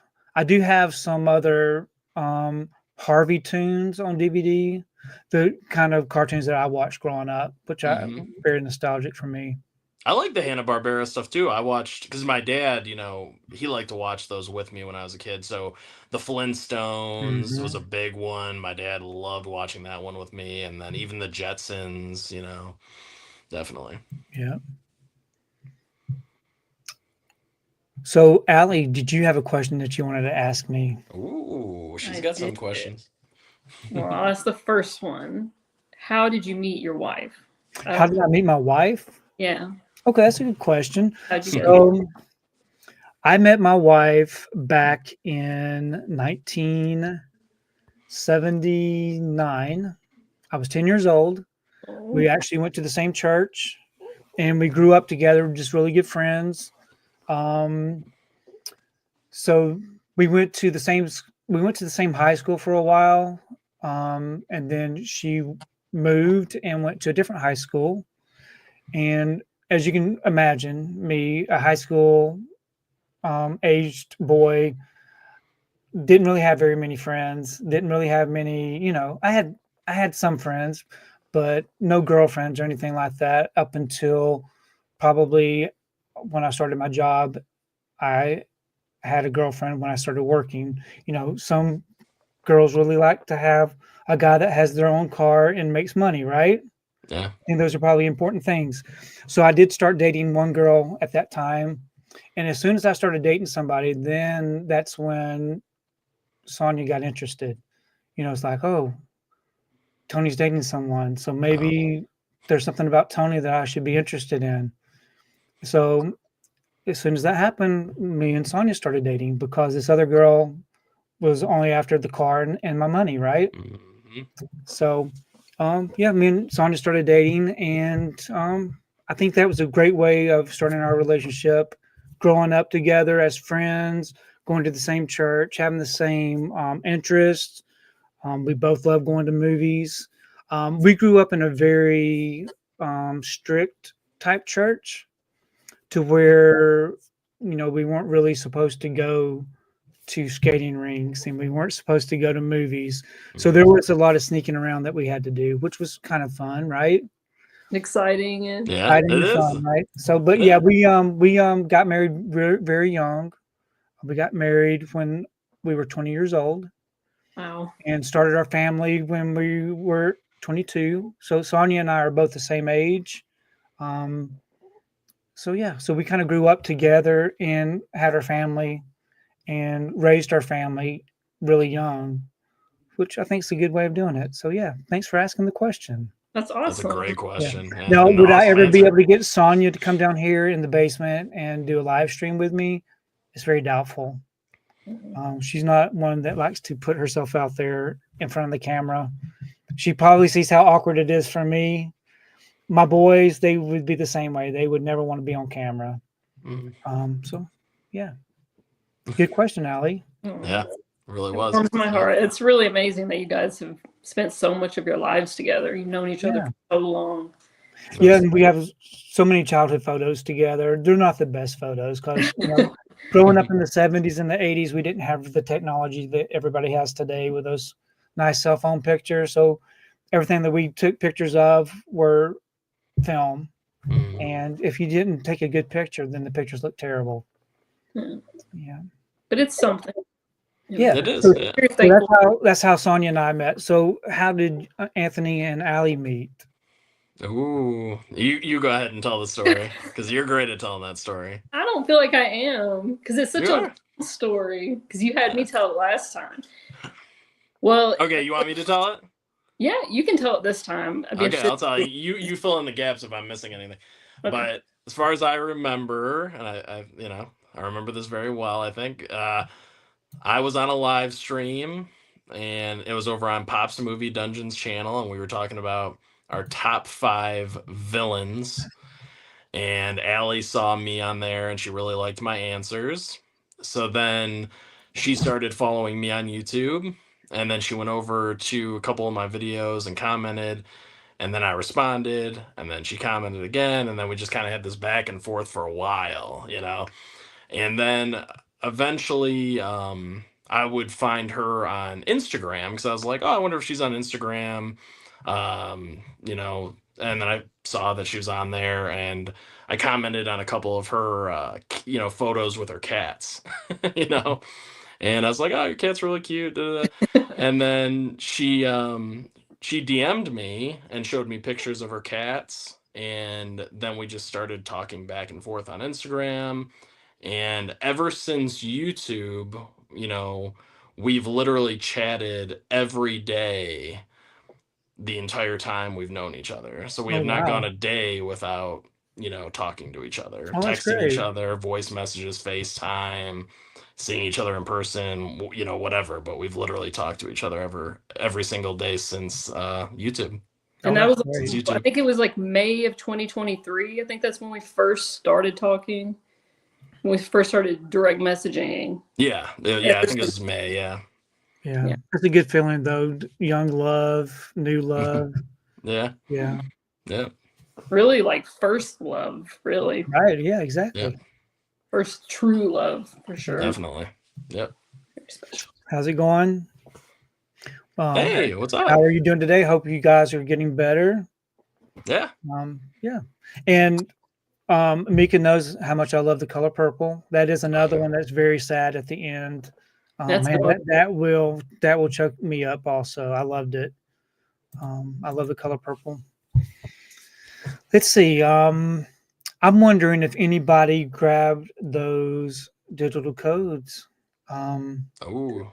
Yeah, nobody's mentioned them. Hopefully someone got those digital codes. We are going to give away a few more. Yeah, let us know if you got those digital codes, guys. Let us know, you know. Let's see what else we have down here in the chat. So a lot of people are pretty consistent about skipping The Exorcist 2. So I really want to check it out at least once, though. Just to say you've seen it. But y'all say The Exorcist 3 is really good? Oh, yeah. Yes. Yeah. George C. Scott, just Brad excellent. Brad Dourif, excellent. Yeah, the whole cast, really, and just the way it's shot and a very eerie, unsettling feel, you know, just the entire time from from the moment the movie starts, it literally just like kind of sucks you in, and you already start to feel kind of like uncomfortable and almost like you're being watched in a way. It's just yeah, it's a great film. Fish is going to tell off on me. So another interesting story about the church elders. My father-in-law is actually, so Sonia's dad is our church pastor. So that would be very scandalous. Yeah. I think they know. I think my pastor knows by now that I like movies, because you can see the basement, right? Mm-hmm. And he's got eyeballs, so he can see. So I think the cat's already out of the bag. Yeah. Let's see. I think I'm getting closer to the end of this chat. Oh, good. Cool. Wow. Yep. We have Brian Goes Blue. How's it going, Brian? I was already talking about you and Coco being one of my next guests. Hopefully, I would love to talk to Brian and Coco. That'll be an amazing stream because they've got a lot of stories too, and you could probably ask them some similar questions. Yeah. Yeah. Yeah, I really enjoyed the live stream that I don't remember, was it a live stream that me and Brian did with the Disney Movie Club stuff? I think it was live. Probably. Yeah. Or maybe it was pre-recorded. I can't remember. Yeah, because it'd be cool to hear their story about how they met and everything too. That'd be a fun question for them as well. Yep. How's it going, Mike? Hey, Mike. Another guy with a really cool channel over there, talks about Westerns a lot, like you like, Tony. Yes, I love them. Yep. Let's see. I don't want to skip over anybody. Well, what other questions did you have? Did y'all Oh, have yeah. more questions for me? Maybe Absolutely. I can answer while I scroll. So the next question I have is, what is your most positive movie theater experience? Oh goodness, positive. I don't know. A majority of mine have been positive. Nothing really stands out. A positive movie experience is when everybody stays off of their cell phone. True. When you have reserved seating, that means you have to choose your seat before you go into the theater. If I go in and nobody's sitting directly next to me, that's a positive experience. Yes. Especially when the whole theater is empty and then you have that one person that comes and sits down right beside you. I don't like that. That's a positive experience. Yeah. Now, I've had plenty of negative experiences. Now, I've never actually stood up and told someone to shut up before, but I've wanted to so bad. There was a Saturday where I went and saw Oppenheimer, and then I saw Barbie. Right, so that was the whole plan. See these two movies. Well, in Oppenheimer, someone sat directly next to me, and they were on their cell phone the whole time playing a game. And this was a grown man. And I'm too shy or bashful to say something, but it really annoyed me. Yeah. And then it kind of ruined the whole movie for me. I really didn't enjoy the movie because of it. And then I had to go watch Barbie afterwards, which was another bad experience just because I didn't like the movie. So yeah, that was one of my bad experiences. How about y'all? Do y'all go to the movie theater a lot? Yeah. Oh, yeah. All the time. Yeah. You actually answered two of my questions because I was going to ask you what was your most negative experience as well. So you knocked out two there. But for me, I always purposely take the worst seats, so I'll usually take the seats that are like all the way over in the corner that, nobody's going to want to sit by me or anything like that. Aly, on the other hand, likes the traditional sitting in the middle to get the best view. Yeah. I hate those seats though because they're always crowded. So, and Aly and I went to go see Halloween. Oh my gosh. For the anniversary or whatever it was. I don't know or was it like it was just like a double feature. It was like Halloween and Halloween 2018. And we went there and it was one of the worst experiences ever because to my right, there's this chick that's just shoveling food into her face hole. She was and just, I mean, she's got a pizza, she's got popcorn, she's got a drink she's slurping down, pretzel, just everything. So I'm just hearing, and then and then I've got Aly, but then in front of us. It's just these super obnoxious younger kids just like, oh yeah, remember that part? Yeah, he comes with the knife. And he just would not shut up. And then there's another kid literally going to the bathroom every 5 seconds, but he's not just walking down the stairs. He's hopping stairs. So he's like skipping every other step and like hopping down them. And I'm just like, I feel like I'm in the Twilight Zone. Like this isn't really happening right now. So I couldn't even really hear the movie at all. And by the way, this was an event where Nick Castle and James Jude Courtney actually were coming out to talk to all of us too. Oh wow. So it was a really cool event. And after Halloween 78 finished, we listened, out came Nick Castle and James Jude Courtney, and they talked and stuff. And that part was more enjoyable. But then we didn't even stay for Halloween 2018 because I was just so infuriated that I just like, we gotta go. Like, because this is just, I asked her, I'm like, do you even want to finish this night or are you cool just like getting out of here? Because those people we were sitting next to were just like, that's terrible. Awful. And y'all probably paid more for that too because of the panel. Yep. Sure did. And I won't be making that mistake again because that was just like, I understand people want to have a good time and we've all seen these movies a million times, but I want to enjoy that was my first time seeing Halloween on the big screen. I really wanted to enjoy the experience. Yeah, and these people they were just ruining it for me. But Yeah, so that for me is definitely one of them. That was pretty bad, especially because I was there with Allie and I really wanted to enjoy it. Right. You know? Yeah. Well, Wow. it was a memorable night, though, right? It was Yeah. still a memorable night because All we the got a great chaos. story out of it. And Allie and I were later when we went back, to my place, we were laughing hysterically about it. Because of the Just because stairs, this, especially because it was yeah, more than just that one person. I feel like the entire movie there was someone either walking down the stairs or walking up constantly. It was so distracting. I was yeah. like, why are people getting up this much? Tony, you would think we were being punked. Remember the show Punked with Oh yeah, Ashton Kutcher? definitely. That's what it felt like, or like the Jamie Kennedy experiment, or something Right. like that. I was like, "What is happening? Is this real life?" What about you, Allie? For worst experiences? Or best, worst, or I just shared that story because I think it's kind of funny in a way now. I mean, the Nosferatu experience that you told me about, I thought you were going to tell that one. That one I had me could have told that crying, one. Yeah. laughing. It's so funny. I'm trying to think of like best or worst. I don't even know. I mean, yeah, I don't know. Nothing's really coming to mind. Oh, I know a great experience you had was seeing Christine, right? Yeah.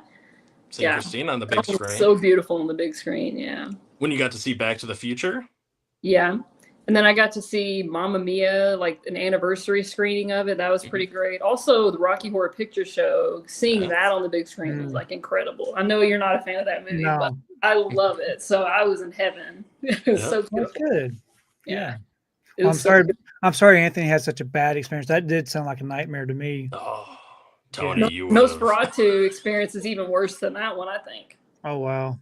Yeah, I couldn't because Nosferatu's like, almost like it's like 2.5 hours.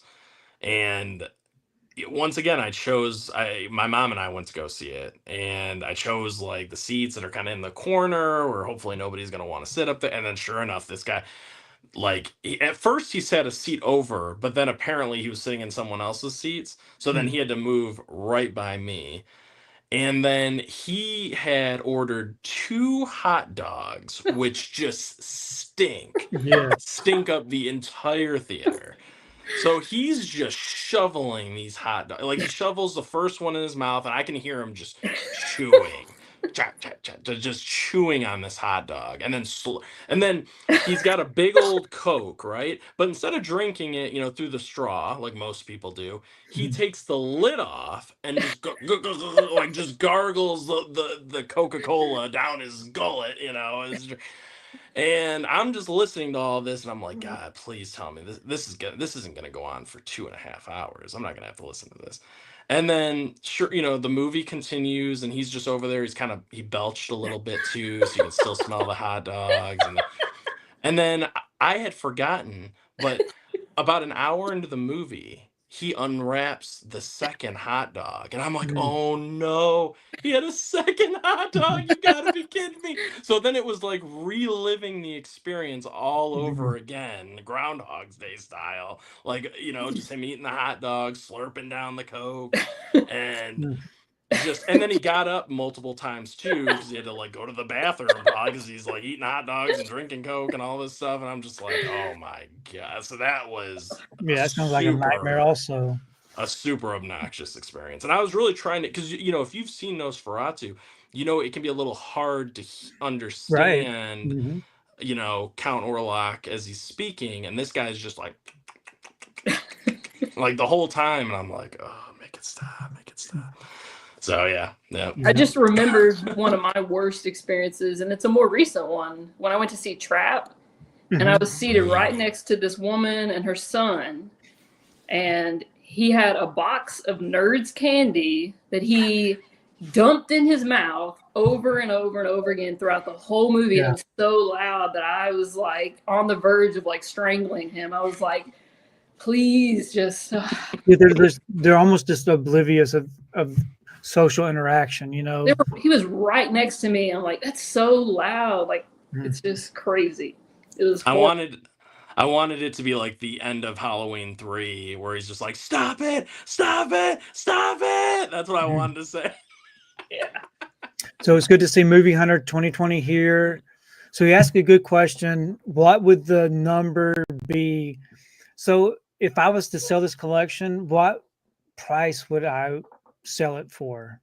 What would be that price that would say, oh yeah, I think I could sell this for that price? To me, it would be really hard to think of that number. Now, when I had the Funko Pops, so I used to collect Funko Pops, and they really just escalated and took over. I had someone, I was able to sell that whole collection to someone for $7,500 for the Funko Pops, because I had been collecting them since the beginning, the early beginning, and so to me that was really hard for me to get rid of the Funko Pops. But for $7,500, I could really use that money. Yeah. It made it a lot easier. So I don't know how much it would take to sell all of these movies, because it's a pretty large collection. I don't know that I could actually come up with a number. That would be kind of difficult. Well, it's just a lot of great memories and stuff too, tied into all those films. And plus, there's a lot of films that I've never seen yet that that maybe I would sell pretty easily. But yeah, as far as selling the whole collection, that would be difficult. Yeah, Tony, I always kind of looked at you as like somebody who's preserving film in a way. Like it's like you have a library of films. You really do. And that's just, I love that about you, because I know you get a lot of flack from channels and people and stuff that like, talk about your spending habits, and I don't know why they feel the need to have their hands in your pockets. You can spend your money on whatever you want. At least you're not spending it on alcohol and stupid stuff like that.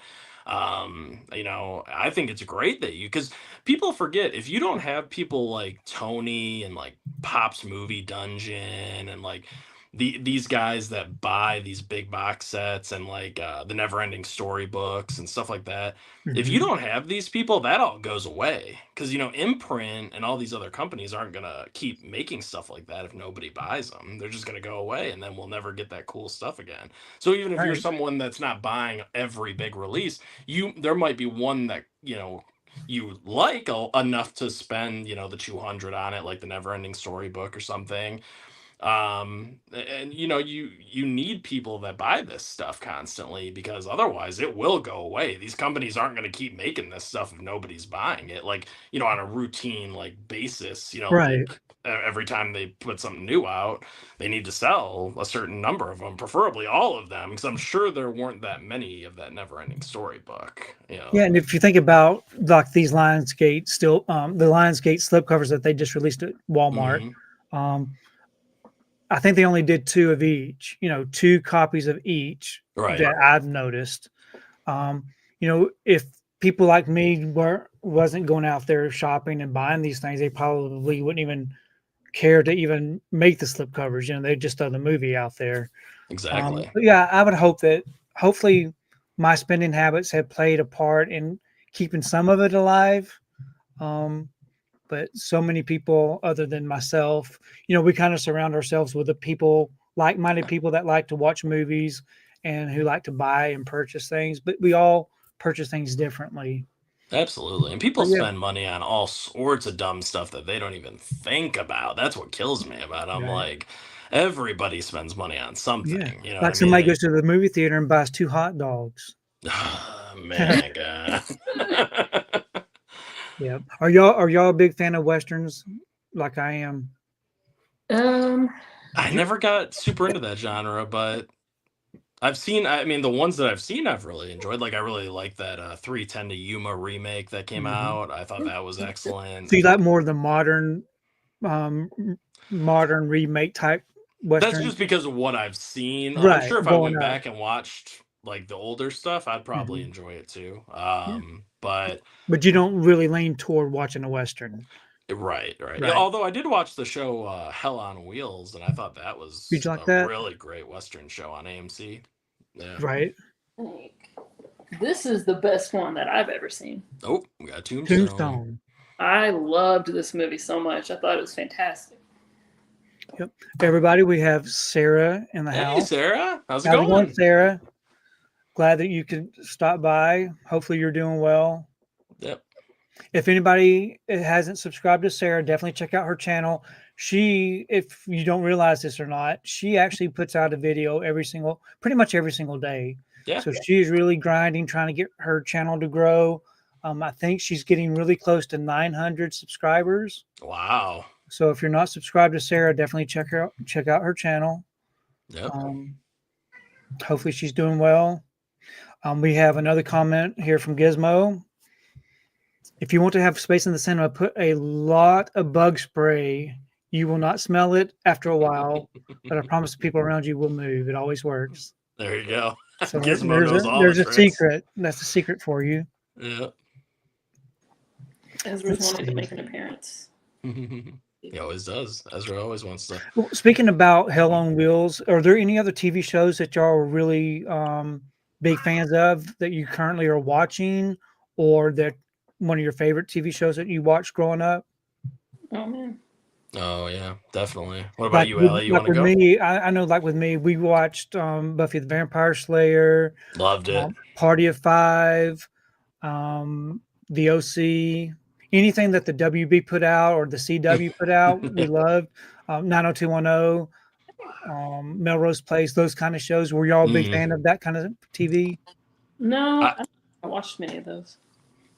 Yeah, I did love Buffy the Vampire Slayer and Angel, and I even watched, funnily enough, I even watched Seventh Heaven. Oh yeah, I did. I enjoyed that show growing up. There was Everwood. Everwood was great. Everwood was great with Treat Williams. Mm-hmm. Really enjoyed that one. Dawson's Creek.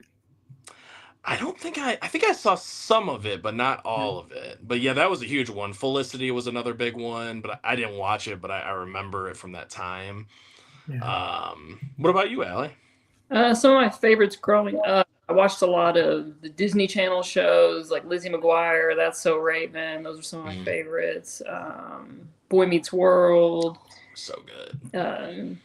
What else? There's so many. I guess like Drake and Josh, like a good variety of those. A lot of the comedies, I'd say. Mm-hmm. But great choices. Yeah. So y'all see Ben's comment here on the screen. It's good to see you, Ben Grimm. Do y'all keep your digital codes or do y'all sell those off? I give them away. Give them away. I'll. You know what's funny, and I'm always looking to give them to people. So if anybody ever, is looking for a movie, I don't know.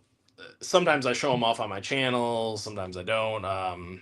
But I always contact people that I know, like my buddy Jeff or Corey, or the people that Aly, obviously, and if somebody wants them, I only add the ones that I might watch, like maybe I'll rewatch them over and over, like my real favorites, like Seven, or Silence of the Lambs or something like that. But most of them I just give away to people. Yeah. I actually have one person that gets first dibs on all my codes, just because a way of supporting my channel. He'll come to me. So what he does is he watches the videos that I put out, and then he'll ask if I'd be interested in selling him the code. So that's helped kind of supplement some of my spending. Nice. But I do have one guy that does. And then the rest of the codes I save. I've got a stack of codes that I save for events like this where I give them away on my live streams. But it's a good way of just kind of sharing it.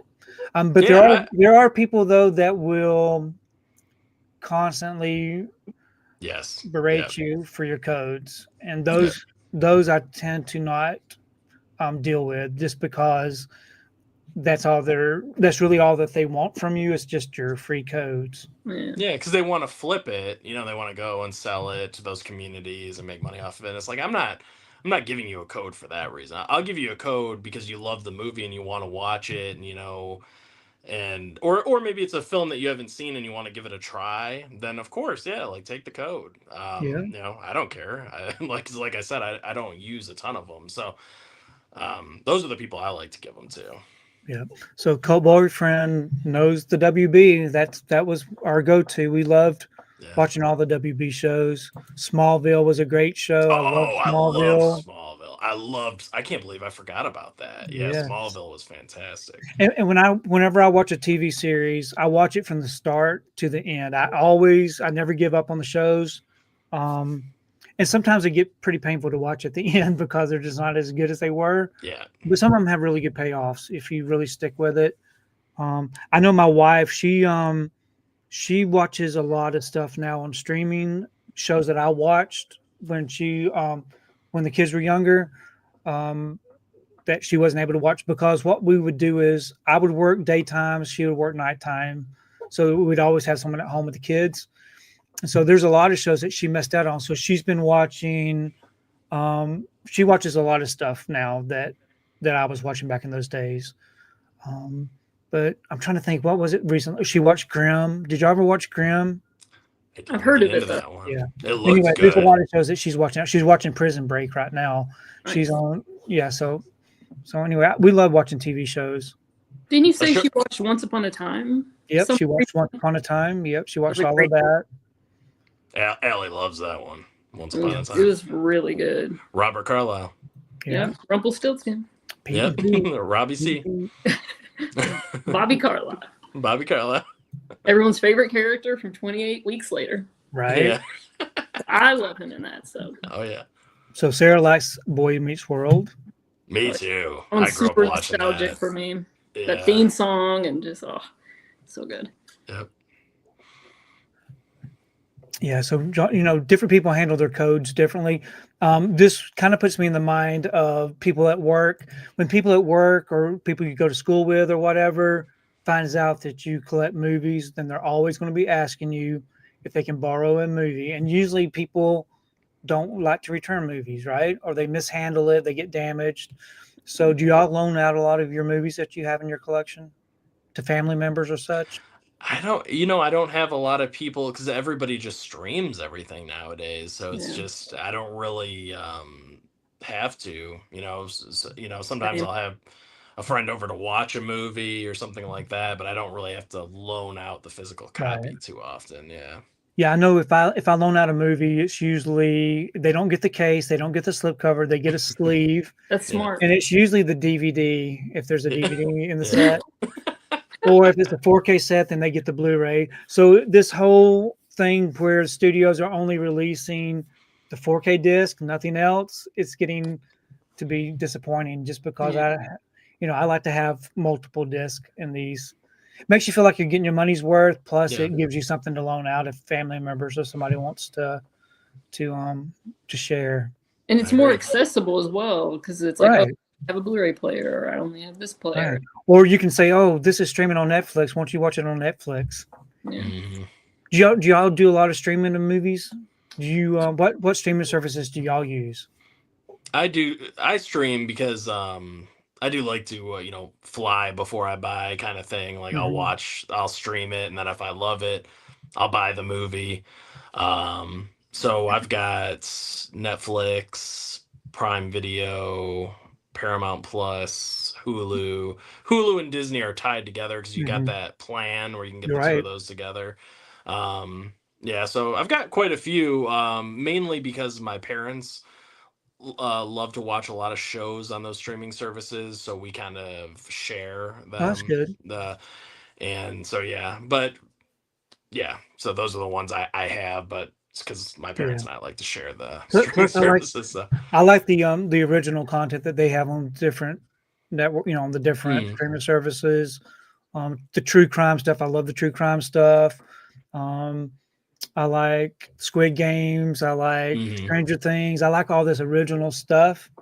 So it's kind of a nice way to break away from watching movies and catching some good TV series on streaming. So I don't see anything wrong with that. Aly got me into this really great show. At least the first season. The second season is about to start soon, called Severance. Oh, and it's like a sci-fi. Right. It's like a sci-fi show. It's on Apple Plus. It's only got one season, but the second season's about to start soon, and that is an excellent show. It is. If you love sci-fi stuff, check out Severance. It's really good. Right. Yeah, I had the same feeling after finishing that first season that I did after I finished watching like Breaking Bad. I was like, wow, this is something that's like really good. Breaking Bad was excellent. I haven't seen Severance, but I have to check that out. I don't actually have Apple Plus. I know they had a free weekend last weekend.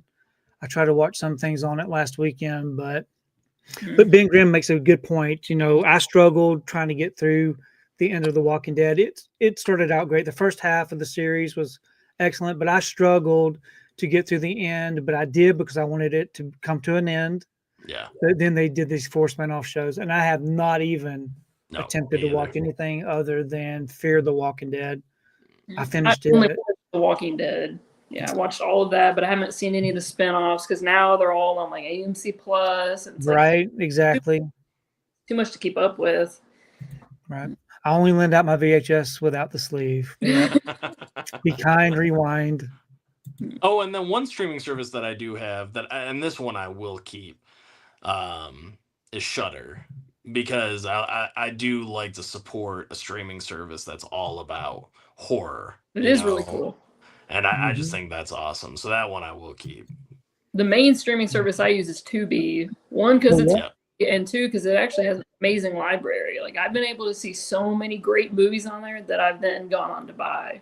Right. So to how he said, would you say fly before I buy? Yeah. Fly before you buy, yeah. Yeah, because I'm not a big blind buyer. Very rare do I blind buy. My So-Called Life was an excellent series. I loved that.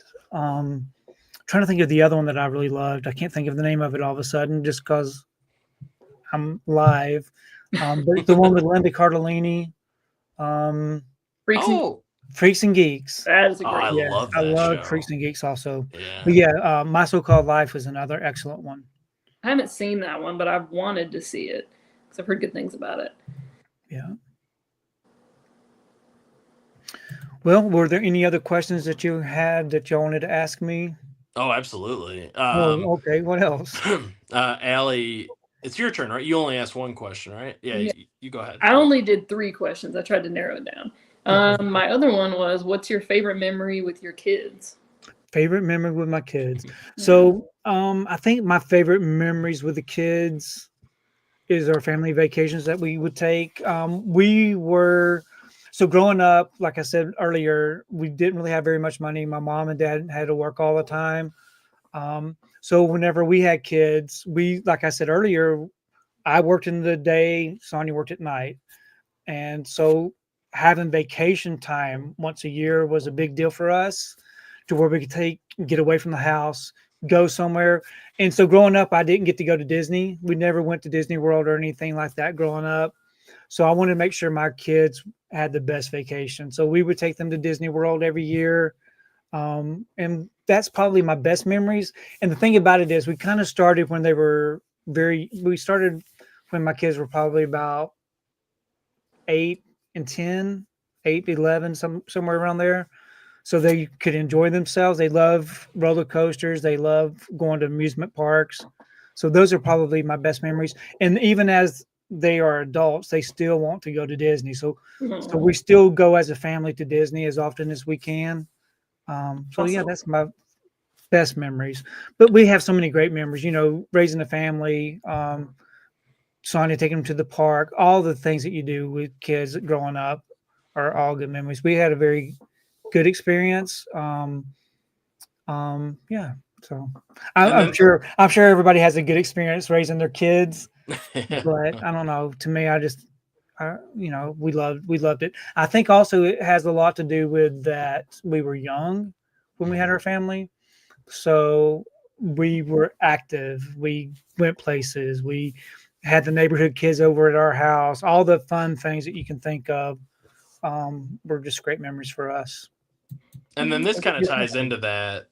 What Aly asked. What makes you happy in life? What makes me happy in life? And I would imagine you'd say your wife and your kids. Right. But as an older adult now, kids are grown, so you don't really have all that. So really, actually, and this may sound a little corny and goofy, but I think meeting all these people in this community as far as physical media. Can you think about Tony back previous to 2019? I didn't really have anybody to talk with. You know, I had my family, I have people at church, but I didn't really have people at work. But it's always the same stuff, you know, work stuff or church stuff. But having someone that has like interest, I think it's been a real fun thing for me, just to have someone to kind of share my enjoyment of movies, and collecting has been a big part of my life for the past 5 years. And so I think that gives me a lot of happiness. So, and I know that sounds kind of corny, but think about it. If you have a grown man who has something like this that can't share it with other people, then what's even the reason for doing it?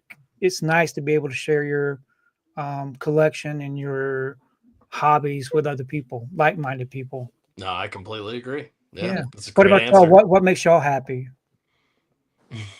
Well, as we both look at each other, we definitely, we do a great job of making each other happy and stuff. And that's, I've got to thank YouTube for that, because, we would have never met. I mean, if not for YouTube, and if not for me, getting asked to go on to, Alan's channel, Pop's Movie Dungeon, and Brad asking me to go on his channel, the 4K Tent Revival, those guys really were a big part of me first starting out on YouTube. They're the ones that are like, oh, you should start a channel, come on, you can join us, we're gonna hang out and stuff. So, that was a big deal for me. And then I've met a lot of great, people in this community, a lot of friends, and, it's just been this definitely makes me happy. And of course my family, my parents, I love spending time with them, especially my mom's a big movie buff, so we go to see movies all the time with each other. We watch a lot of movies together, and now Aly and I get to spend a lot of time watching movies and talking, and planning out our future and laughing and all this kind of stuff. So it's been a great ride, and that's all really, that is like, all thanks to YouTube in a way. I mean, really, because none of it would be possible without YouTube. I mean, so I got to give them credit where credit's due. It's pretty cool. It's a great app. I mean, what can I say? It's bringing people together. It's like a big film club. It's like a big film club. Yeah. Aly, what were you gonna say? I was just gonna say, I'd probably echo kind of a mixture of what both of you guys were saying, that like, watching movies brings me a lot of joy. My cats bring me joy. Anthony brings me joy every single day. And just, the amazing people I've met through YouTube, through Instagram, like friends that I've had now for many, many years that I keep in contact with, that like, love me and care about me and are interested in whatever. Genuine. Yeah, the genuine people, not the fake, people that you can come across. So it is a very nice community of people that YouTube has kind of brought everybody together in a way. Yeah, which is great. I just look at this as a big film club. Right. You know how, like, before, if you wanted to do something like this, you would have to, like, go somewhere. You have to go find somewhere like in your town, and go meet people and hope that you get along with them and stuff. But with YouTube, we're communicating with people from all different states and countries, just all over the world. I mean, that's pretty amazing. And movies bring us all together in physical media and stuff, and then we get to learn about each other's lives and all this kind of stuff. I think it's pretty awesome, really. It is very awesome. Do you know who else is amazing? That is Laren. Laren, yes. Laren is amazing. It's good to see Laren here. What's up, buddy? I might actually get to meet Laren someday soon. Ooh. In person. Does he live by you? I mean, in your state or so? Oh, okay. No, but I think there's a meetup in the works that maybe we'll actually get to meet up sometime. Oh, nice. I've always enjoyed meeting new people and in person. Not that Laren's new, but right. Meeting him in person would be new. Yeah. Bob's Blu-rays did a great job of that. Bob over at Bob's Blu-rays, shout out to him, because there have been multiple times where you guys have done those big meetups. You and Corey and Bob and like all Ryan. I got to meet Ryan. I got to meet and just Jeff. I mean, so many amazing people in the community, and I think that's really cool. Johnny, yep. And then I may actually get to meet this person here. Fish, yes. Yes. And one day I may actually get to meet Frank. Oh man, Frank's got a great channel, y'all. If you, I would love to meet him. If you're not familiar with Frank's channel, definitely go check out his channel. It's an excellent, really nice guy. I got to stream with him, and haven't really known him very long, but it just seems like a very genuine, nice guy. Frank has some of the best. Frank has some of the best, like most positive energy. And he just gets so excited talking about movies and physical media and everything. And you know, he's a really cool guy. Yeah, I'm glad his channel's doing well. Yep, Sarah's enjoying the live stream. Oh, very good, very good. What were you gonna say about Frank, Aly? Because I know you're a big fan of his channel too. Oh, I don't know. I just said I'd love to meet him because he's just such a joyful person. You know. Yes. Actually, y'all got to witness Frank's name getting written down the other night. Ooh, for swearing. Frank gets very excited and likes to say some words that I don't usually. Language. Yeah. Right? So he made it into the notebook, didn't he? Yeah, he did. And there's no getting out of the notebook, right? Nope, it's permanent. Oh man, permanent ink. Yeah. Yep. I'm very happy that Travis got to make it to the live stream. Yeah. Yeah, absolutely, man. Thanks for joining. It's cool that he just kind of randomly stumbled upon us. You know? Right. So maybe the algorithm actually put this live stream up to where people can actually find me. You have a cat appearance, but Mila this time. I know. Ezra. Oh. She's like, you've been downstairs for a while. You had to come investigate and see what's going on. Yeah, one day me and Meatloaf Tony will get to meet in person. Meatloaf Tony? Yeah, Meatloaf. So you have Tony. I don't know what my nickname would be, but for some reason, Tony P got the name Meatloaf. So I kind of go with it. Does he love the food Meatloaf? I don't know. I would hope so. Yeah, the singer, you know.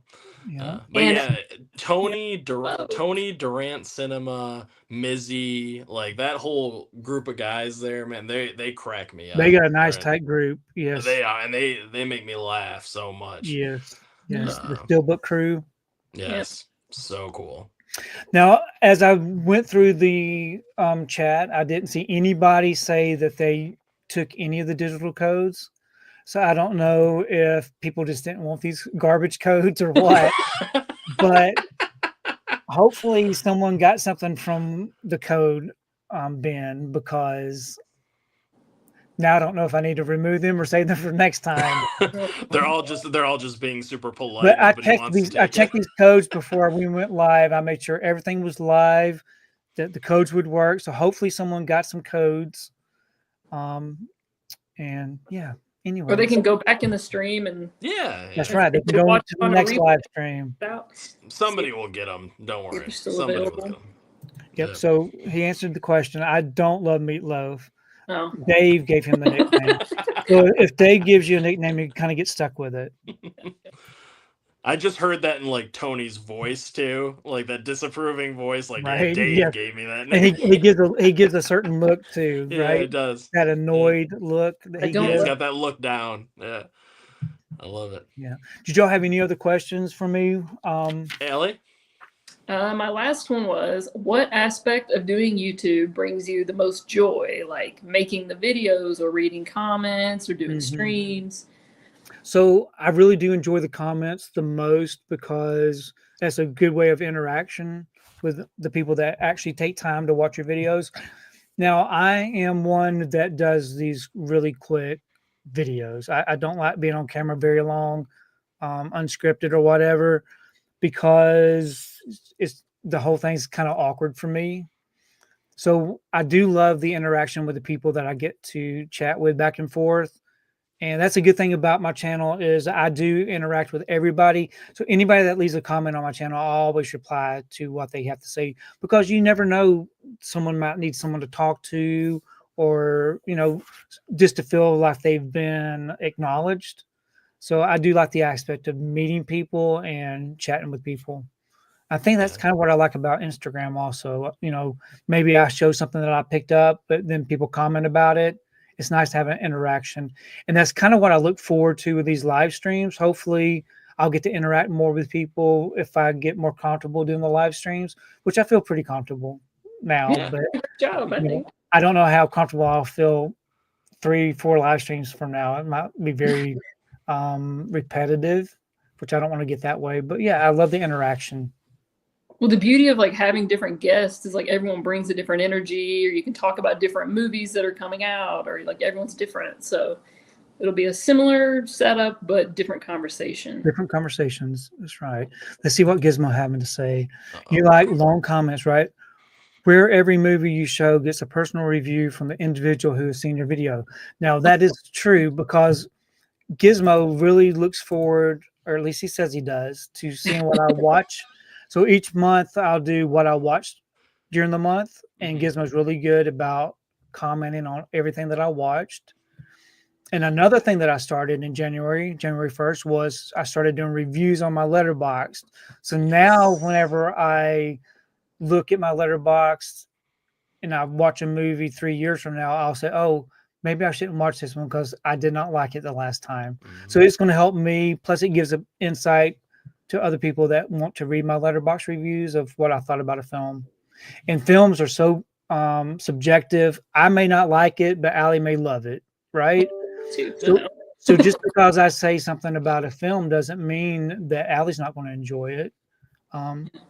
But it'll help me remember why I did not like it and maybe why I shouldn't watch it again, right? Yes, absolutely. So, and I do appreciate Aly. She has been, as soon as I post my review, the next day I'll check to see if Aly saw it, and she usually has. Yeah. So I don't know how y'all do that because maybe I follow so many people on Letterboxd that it's just over, maybe y'all don't follow as many people. It's kind of lost in the mix. Yeah, it does. It gets lost in the mix. Yeah. But Gizmo's really good about commenting on my videos, about what I watched, and about what I pick up. So I do appreciate that about Gizmo. Yeah. So I'm so happy. No, go ahead. So if you were to go back and like add a review for when you logged Poor Things, what would you write about that? I would have to really think about it. There's some, so when I think about Poor Things, there's some things that stick out in my mind that I wished I would have never seen. And I don't know how I could put that into words, but I should have never stepped into a theater to see that film. It makes me want to research films before I go see them now. Or maybe I should be more cautious about a certain director when I watch their films. Yeah. Had you seen a trailer for it? No, I hadn't seen a thing about it except for everybody raving about how good it was. I thought, oh man, this is going to be a great movie. Because I remember seeing trailers for it and I was like, this doesn't look like something I would enjoy. So I didn't go see it. And then, yeah. But so that wasn't for you either then? I haven't seen it still. Oh, you haven't? Okay. I'm like kind of intrigued. You might like it. It just wasn't my kind of movie. I don't know. A lot of the stuff you didn't like about it, I think I won't like either. And I don't really want to see Emma Stone naked and doing sexual things. I'm like, I'll just watch her in La La Land and, Right, exactly. Think of her from her earlier roles. Yeah. Right. I love her in The Amazing Spider-Man too. Yeah.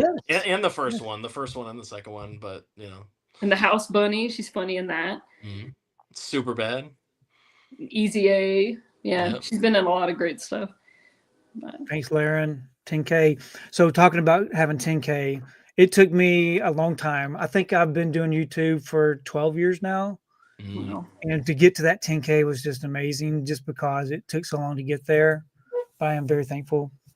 You put in the work. I mean, you're super consistent and doing this for a long time. So it's well earned and deserved. Very good. Another question for you, Tony. What is your biggest pet peeve? And now this could be in real life, in the movie, physical media world, whatever you want. Just your biggest pet peeve, like just something that annoys you, that people do. Yeah, there's really not a lot that annoys me. I'm very regimented. I'm very organized. at work, everywhere I'm at. I'm just a very organized person. So when I see someone that may not be as organized, like when so I get paid once a month. And so I know that I got to get all my bills paid at the very beginning of the month, right? I want to pay my bills. And I'm very regimented. I know what I need to pay. I know what needs to be done. My wife, however, doesn't do it that way. She just pays it as it comes. I'm thinking, oh my gosh, just pay your bills at the first of the month and be done with it. Don't stress over it the rest of the month, you know? So that's a pet peeve that I wish she would be more consistent with how she handles her money. And I can't complain because, I mean, look behind me. Right. It's not me to complain about spending money because I spend my share, but I just wish she was more consistent on, you know, how she pays her bills. And another pet peeve would be the movie theater experience. I don't like phones in the movie theater. No. But those are probably the two things that probably drive me crazy. Yeah. Yeah, because I don't like worrying about finances. I want to I like to focus on the finances one day of the month, be done with it, and then just enjoy the rest of the month instead of saying, okay, I took care of my business. Now, do I need to worry about Sonia's business? This need to get paid. Do I need internet this month? Do I need the lights to come on this month? Or my cell phone is going to get cut off this month? Does that make sense? No, absolutely. No, Right? I agree. Like, just get the bills out of the way. Get them out, all that stuff out of the way. Because then you know what money you have left to play with. And then you can Exactly. just, spend it on whatever you want. Exactly. I like to have the money to play with. Yeah. And then another question. This was the last. I mean, I have a whole Oh yeah, bunch go of ahead. questions, but this is the fifth question. What would you have liked to do for a job instead of what you're doing now? I really can't think of anything. I've been doing the same job for 27 years. So I think I'm pretty happy doing what I'm doing. I was in retail. I was in retail from 1986 through 1997. Okay. And that was with Walmart back in their heyday, back at the very, very beginning. And I loved it. I loved working in retail, but I can't imagine my life having stayed with Walmart. Right. I would probably have already been dead or murdered, or I may be in jail. I don't know. But I'm happy. I'm happy doing the career. So I actually work for the school system and close to me, and I've been doing that for 27 years, working in technology. And I get most holidays off, which is always nice. So yeah, I'm happy doing what I'm doing. Okay. Yeah, I was just wondering, maybe there was a job, when you were still, what I like, dreamed, what I would dream of being, like when you were in I high wanted to be a school or fireman when I was younger, or I wanted to be a doctor or whatever. I Yeah. really never had those aspirations. Okay. Yeah, so I think I'm thankful that I had the career that I've had. That's great, Tony, To because that means be able to afford the things that I've got. you're truly doing what you love, Right, which exactly. is awesome. So Yep. it's cool that you don't think about it like, oh, I missed out on this. I could have been doing Oh this. yeah, I don't feel like I missed out. You're like content, with what you've got going on now, and that's really cool. Yeah, when I was younger, I wanted to be. So what I really wanted to do, I wanted to be a mortician and work in a funeral home. That's what I wanted to do. Wow. Whoa. But things didn't go that way. But that's really what I wanted to do growing up, is to be a mortician. I had this big fascination. I had this big fascination with death and corpse. In my growing up, I guess maybe it's because of anyways, I don't want to get into all that. No, please go ahead into it. I love it. This is growing up. I saw a lot of death growing up, probably because I was really involved in church and all these things. So there was a lot of people. So I actually was fascinated by death, and so I think that's why I really wanted to be a mortician growing up.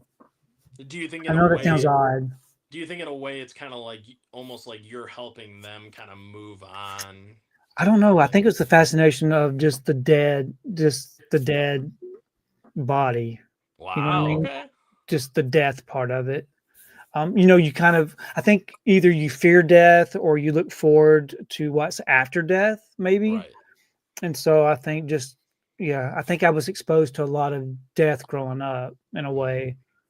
I don't know. I remember as a very young child, I remember seeing my great grandmother laying in a casket in the house. So it was even before they would go to the funeral home, they would lay the body in a casket in the house. I think I was exposed to a lot of that growing up for some reason, but yeah, so that was my fascination. And I'm still fascinated with it. I actually have, I don't want this to sound morbid or disrespectful or anything, but I do have a lot of photos of family members and things inside their casket. I know that sounds kind of weird, but it's more of a coping mechanism, I think. Yeah. Yeah. So if anybody ever wants me to share pictures, I've got pictures.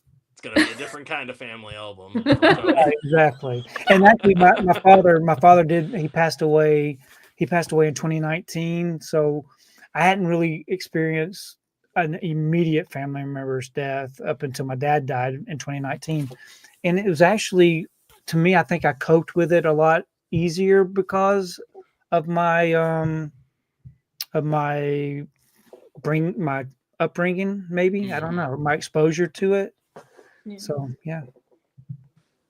That's great. I think the job of That's a weird question. I loved that answer though. That was great. Yeah. We wanted to get a little bit more like personal with you, Tony, because obviously we've seen you show off a lot of movies and talk about film and all that stuff. So it's kind of nice hearing you talk about your family and some of your personal stuff.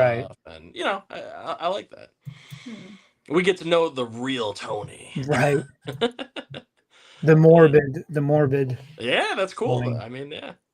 Well, hey, I think all three of us are pretty morbid. I'll just say that. So you're not in like weird company where we're like, "Ooh, that's weird." We're like, we're fascinated too. So and I don't think of death, and I don't think of it in a like I said before. It's not in a disrespectful way or in a scary or harmful way, if that makes sense. Yeah. Like Gizmo, he just said that about, especially in my garage.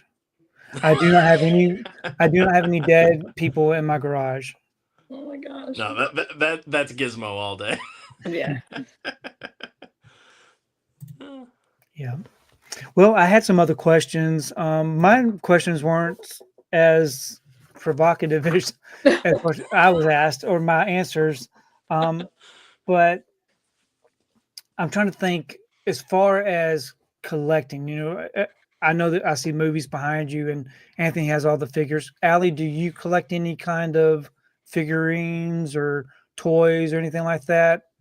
I do have movies? Some Funko Pops, which I can show up here. Whoop, hold on. There's some over there, and then there's some over here. But I'm very selective. Like I only get favorite characters or people, and then I have the Charlie Chaplin one back there. That's the most recent one I had because I love him. Do you like Charlie Chaplin films? Love him. Yeah. Okay. Yeah. I did a theme where I would, during the Criterion sale, I would only buy the Charlie Chaplin films. So I was able to beef up the collection and really enjoy the films. I thought they were really great. I love that era of film. Yeah. It was amazing how they did all of that during that time. You know what I mean? The filming of all that. The silent era. Yes. Yeah, I think I first got introduced to him probably thanks to Robert Downey Jr. since he played him in movie Chaplin. And so then I got curious and started watching Chaplin's movies and then became a huge fan of him. And so now I own like all of his movies that are available on Criterion and then these little DVD sets as well. So yeah. I've got the Robert Downey Jr. film, Chaplin. I have it over here somewhere. And it has a really cool slipcover too. Yeah. Very nice. Because then when you take it off, it's just a little bitty. Yeah, great. That's so cool. That's a great addition. Very fun. Wild Wrangler mentioned Pushing Up Daisies TV show. I really loved Pushing Daisies. That was a very short-lived show. There's also another one called, I want to say, was it called Dead Like Me or something? There's a lot of shows about death. And someone mentioned 6 Feet Under earlier. I really love 6 Feet Under. Good. Yeah. See, what other questions did I have?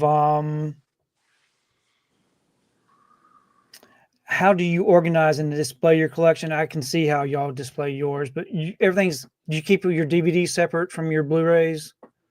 Yeah. Aly is very good about organizing her collection. So you go ahead, Aly. Yeah, so I have mostly DVDs because that's what I first started collecting. And so I've been trying to upgrade just the ones that I love the most. And if they have cool editions, but still the majority of my collection's DVD. So I have all those alphabetized. And then it gets to the Blu-rays. And well, I have the Blu-rays with the 4Ks as well. Just all of those alphabetized. And then I have all my Steelbooks separate and then alphabetized as well. Okay, that's good. Yeah. Now, do you feel the need to upgrade things? Like if you have a really good DVD of a title, like you show that Chaplin, I know that we didn't get a Blu-ray of that, but is that something that you feel the need that we should get something upgraded? Or are you satisfied with just the DVD itself? I'd probably be okay with just the DVD. I haven't watched it in a long time, so if I rewatched it and like really wanted to upgrade it, then I would hope that it would get one. But yeah, I usually just upgrade like my absolute favorite movies, or nowadays if I buy anything new, I get it on Blu-ray. I don't buy a ton, but when I do, I just get Blu-ray. Well, I didn't buy this one, but this is a good example. I mean, Anthony got me this beauty. Right. I had that sitting here. But what about you, Anthony? Do you how do you separate all your stuff? So mine is a little bit more awkward just because of the space issue. Eventually, I'd like to get some nice bookshelves to display my movies a little bit more properly. It would make it easier to organize them, but I try to keep all of my boutique labels together in their own thing. So I have all my Scream Factories together, Second Sights together, Arrow Videos together, Kino Lorber together. Right. So because it helps you, right? Because it helps you find those titles. Exactly. It helps me track them down. And then same thing with like the studio films. I keep my Blu-rays together, and then I also keep my 4Ks in a separate spot too. So it just makes it easier to find them. But eventually, like I said, when I get the bookshelves and then I can organize them more properly, maybe alphabetize them or find my own way to have them displayed. We'll see. But I definitely like keeping the boutique labels together. I like knowing that all my Arrow Video titles are right here, all my Second Sight titles right here, Scream Factory, like I just Vestron Video, whatever. I like seeing those all together. So yeah, that's kind of what I do with my two. I have all my general releases all alphabetized together, and then I group everything else off, all my boutique labels. Yeah. I'm a big slipcover guy, so I do like having slipcovers in the collection. So I kind of keep those in their little groups. But yeah, it's fun. To me, that's the fun part of collecting, is kind of organizing if you've got the space to do that. Yes. Yeah. Now, as you can see, I've got a lot of theater popcorn buckets. I've been kind of getting into that lately, probably because I'm in the AMC theaters more often now that I have the pass. But do y'all like collecting the popcorn buckets? And what do you think about the way that the theaters are going with the designs of the popcorn buckets, like that Nosferatu casket? Funny you should mention that one. Yeah. So I don't collect, the popcorn buckets really. I just happen to get this one. This is the only one that I have. But I saw it sitting there and it just looks so cool. It's large. This Nosferatu one. And the fact that it opens, you can take this piece off here, and it's made of like, tin or something. It's like tin. And then, you can actually store stuff in there. which I think is really cool. Right. And then I love that it says Nosferatu on the bottom. Mm-hmm. I think it's really nice. So you can't actually fit a whole body in there though, right? Sadly not. No. Yeah. No. I mean, you could probably fit the body of like an animal or something in There you go. If you're into that, you know, but If we wanna- yeah. If we want to go there. Pet Cemetery, you know. yeah. Right. Yeah. But no, that's the only one I own. I didn't, but I think they're beautiful. Yeah, I they mean, got some all really those ones, creative ones. all those ones sitting Mhm. behind you and everything, like Mhm. the Deadpool ones. Yeah, And I think to me this is one of my favorites. I just love oh yeah, that's having gorgeous. this one in here, and It's amazing. it lights up. It makes noise. I like that about it. But where does the popcorn even go in that? Oh, you got to be kidding me! Whoa, that's so cool. Yeah, I wouldn't even know that was a popcorn. No. and I would never put popcorn in it. No. It doesn't belong inside the popcorn bucket. Now, the lady that sat next to you, she might like to have popcorn in it. Yeah. Right? Or the guy that ate the 2 hot dogs, maybe not put his hot dogs in it. I don't know. Or the guy that was eating the nerds might want to put his The nerds nerds, in exactly, there. Aly. Yeah, he might want to pour them in and then pour them out. Pour them in, pour them out. You hear his hands in there digging around. Right. Yeah. You have Mega Mike. How's it going, Mega Mike? What's up, Mike? Yep. Great channel. He puts out a lot of content also. He does. I'll tell you right now, Tony, I've really, and I've told him this before, but I've really been enjoying his battles between the boutique labels. Yeah. Mm-hmm. That is such a cool idea, and I'm hoping the next episode happens soon. You know, come on, Mike, you gotta get it rolling. Let's go. I need the next one because I binge watched I think he has 6 of them on his channel now, and I watched all those. Yeah. And I'm like, well, I need the next battle. Now he's a new dad. He may not have as much time. Oh, that's fair. That's fair. Well, let's see. I think I've got one more question for both of y'all. Ooh, okay. And a lot of this we've already kind of talked about throughout conversation, but if you found out that something that you have in your collection is valuable and worth money, would you want to sell it for money, or do you feel the need to kind of curate it and keep it in your collection? Depends on what the title is, I think. Yeah, like do you personally know of a title that you have in your collection that might be worth a lot of money? Maybe something that's out of print. Let me see. This isn't worth or even a Funko Pop if you have that. Oh yeah, I mean, yeah, you know, I mean, I definitely have some collectible stuff and some movies and stuff too that these babies, which I know they're not like super valuable, but I know they're rare. Yeah, they are rare. The Creep DVDs, yeah. Mm-hmm. Yeah, I mean, for me, honestly, if it's something that I'm not like super attached to, then I could see maybe selling it. But I'll be honest, I've never sold a single piece of my collection, whether it's physical media or figures, collectibles and stuff. I've never sold anything on eBay or to a friend or anything. If anything, I'll give, like, I've given away movies, and I've, stuff like that. But if there was something that like was like super rare and they're like, oh, I'll give you, this amount of money for it. As long as it's not something that I'm super attached to that doesn't have like sentimental value or anything, then I could see maybe selling it, because it's like, if I can just get like another version of it or whatever. Especially, I mean, how it is nowadays. For each amazing film like Halloween or whatever, there's like 10 different cool versions, whether it's a steelbook or a box set or whatever. There's probably another awesome edition out there that you can get. So right, it wouldn't be like the end of the world. What do you think, Aly? Yeah, I don't know. I'm kind of the same way. Like, I don't know. It would really just depend on the title. Okay, let's say this, Aly. Let's say your Grease 2 steelbook that you love, and somebody's like, oh, Oh, that's going for a lot of money right now, like $500 or something. You know, would you be willing to part with the Grease 2 Steelbook for like? Right, and never be able to get it again.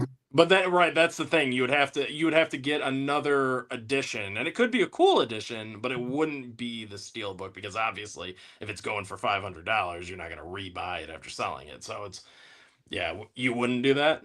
No, because it's my favorite musical of all time. The sentimental value, yeah. And I think it's the only standalone Blu-ray for it, I believe, because it's in like the set with like the first one and like the live one. But I think this is the only way you can get it on Blu-ray. Now, if anybody ever offers Aly $500 for it, send them my way because I might be willing to let mine go for $500. Yeah. Tony's like, you can take it. Because Anthony, you have a copy too, because you're amazing and you got it so that we could watch it together. Yeah. So we only need one in the collection. So we could sell his and get that money, and then that's true. We have 2 copies. Yeah. So, what is your favorite Patricia Arquette performance? So, did y'all ever watch the TV series Medium? I did not. No. I didn't. It was great. I've heard of it. I know I've heard it's pretty awesome. But Patricia Arquette is actually in that show Severance. I was just telling you is she really? Yeah, she is. Patricia Arquette's in there, and she's phenomenal. But for me, I'd have to go True Romance. True Romance? Yeah, that's definitely one of my favorites. I'm going to go with Holes because she's kissing Kate Barlow. She's amazing in this movie. Because she's so lovely and everything in the beginning, you know, with Sam. And then whenever they do her man wrong, she becomes kissing Kate Barlow and she gets revenge. So she's like a layered role and she's amazing in it.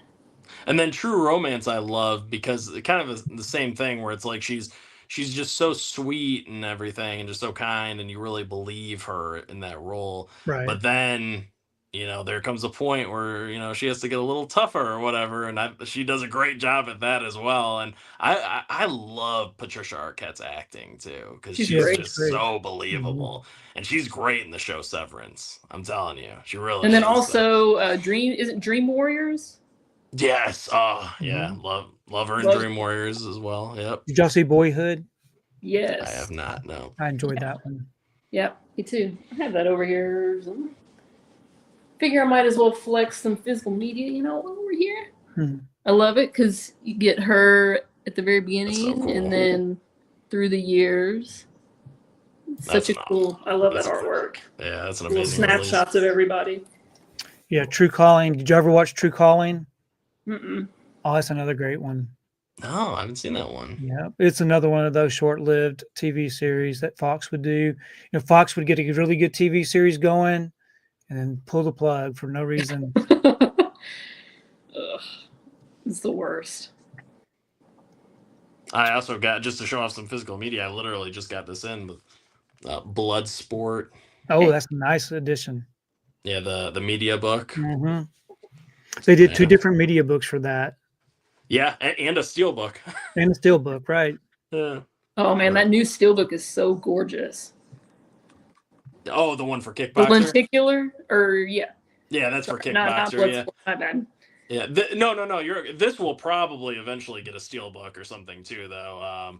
Yeah, but Bloodsport, this movie's so good. I mean, especially the third act, the final showdown, and that score when it kicks in. Oh man, love it. And Kickboxer is also great. Yeah, really is. Those training sequences and everything. Come on now. So good. Do I own Jake Speed Blu-ray? I don't know that I know what that is. Me either. Now, if they're just talking about Speed, I like the Speed movie. Yeah. Oh, me too. Yeah. Yeah, but I don't know what Jake Speed is. Yeah, I'm looking it up right now just to see. I don't know what that is either. Oh yeah, Twilight 4K Steelbook set was released from Best Buy. It goes for about $450 now. That Steelbook set is gorgeous. It is gorgeous, but $450 is really tempting. Yeah. That's incredible. Especially though it's something that you're never gonna watch again. Right, exactly. Yeah. Jake Speed. Oh wow. Yeah, I've never heard of it.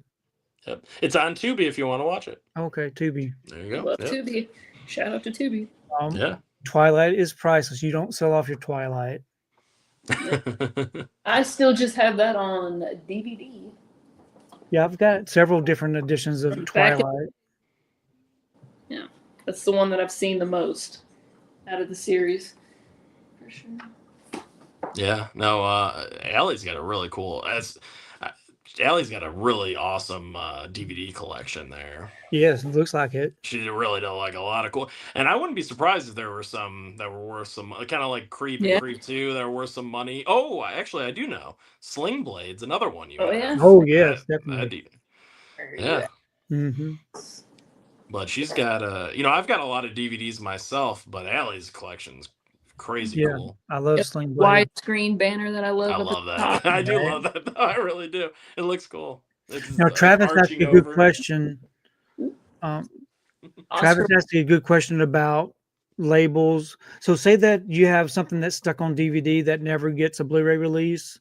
Would you buy a bootleg of it? Now, I know for certain that I've actually got those in my collection already because I have come across some websites that sell bootleg releases, and I've got some of those in my collection. I've done some videos on those. They get a lot of negative comments, so I really don't talk about it very much. But there's a lot of DVDs I have in the collection that haven't been upgraded, but I just keep the DVD in the collection. But there are some streaming shows that I've got Blu-rays of that's been nicely done. Oh, Fresh. I've never heard of that. What? Tony? No, I haven't. No, it's a great movie. Yeah, it's a Hulu original, amazing movie. Yeah. Aly showed me that one for the first time on one of our last trips, and I was like blown away with how good it was. I thought it was excellent. For one thing, Hulu show? Hulu. Or Hulu movie, yeah. Hulu movie. For one thing, the music is so good. The performances are great. Super well too. Yes, it's definitely got a style to it as well. But yeah, definitely check out Fresh. I think you like that one. Yeah, Ally's got some cool ones in her collection. I don't have any bootlegs, but I'm not opposed to it. One that I thought about getting is the one for the uncut version of New Blood. Friday the 13th, the New Blood. Mm-hmm. I've thought about getting that one. I also have this one on bootleg. Netflix original. Really I need to watch that one still. Yeah. I was able to get rid of one of my bootlegs this year when we finally got Beauty. Me too. Yes. That's a great let me tell you something. That's one of the best editions. It is a really great edition. Special features were excellent on that too. Yes, and you got a black and white cut. Yes, Mike Flanagan did a great job with his conversation. His interview was really nice. Mm-hmm. Yeah. Our Life in Horror. Have y'all checked out Our Life in Horror? Yep. Channel. Yes. Awesome. Yep. Amazing. I think I've seen them also in other. Did Frank have them on as well? I believe so. Frank Yeah. Yep. I've seen them on other people's live streams and stuff too. Yeah. Let's see. Fresh fried potatoes. Delicious. Sling Blade. Yeah. Yep. We'll have to get some food with French fries when we watch that movie. So I've actually never seen Sling Blade.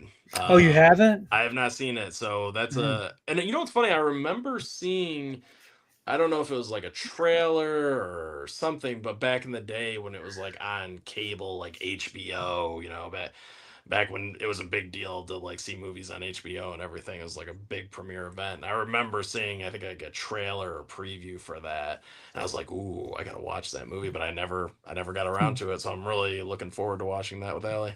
Well, it makes sense too that you haven't seen it still because it's not available anywhere. It's not out, not even to stream. Which is like a huge problem. It's like there's no access, Yeah, you can't stream it. You can't find it. Like the DVD's expensive. The Blu-ray's super out of print and expensive. I'm thinking we'll get a release of that.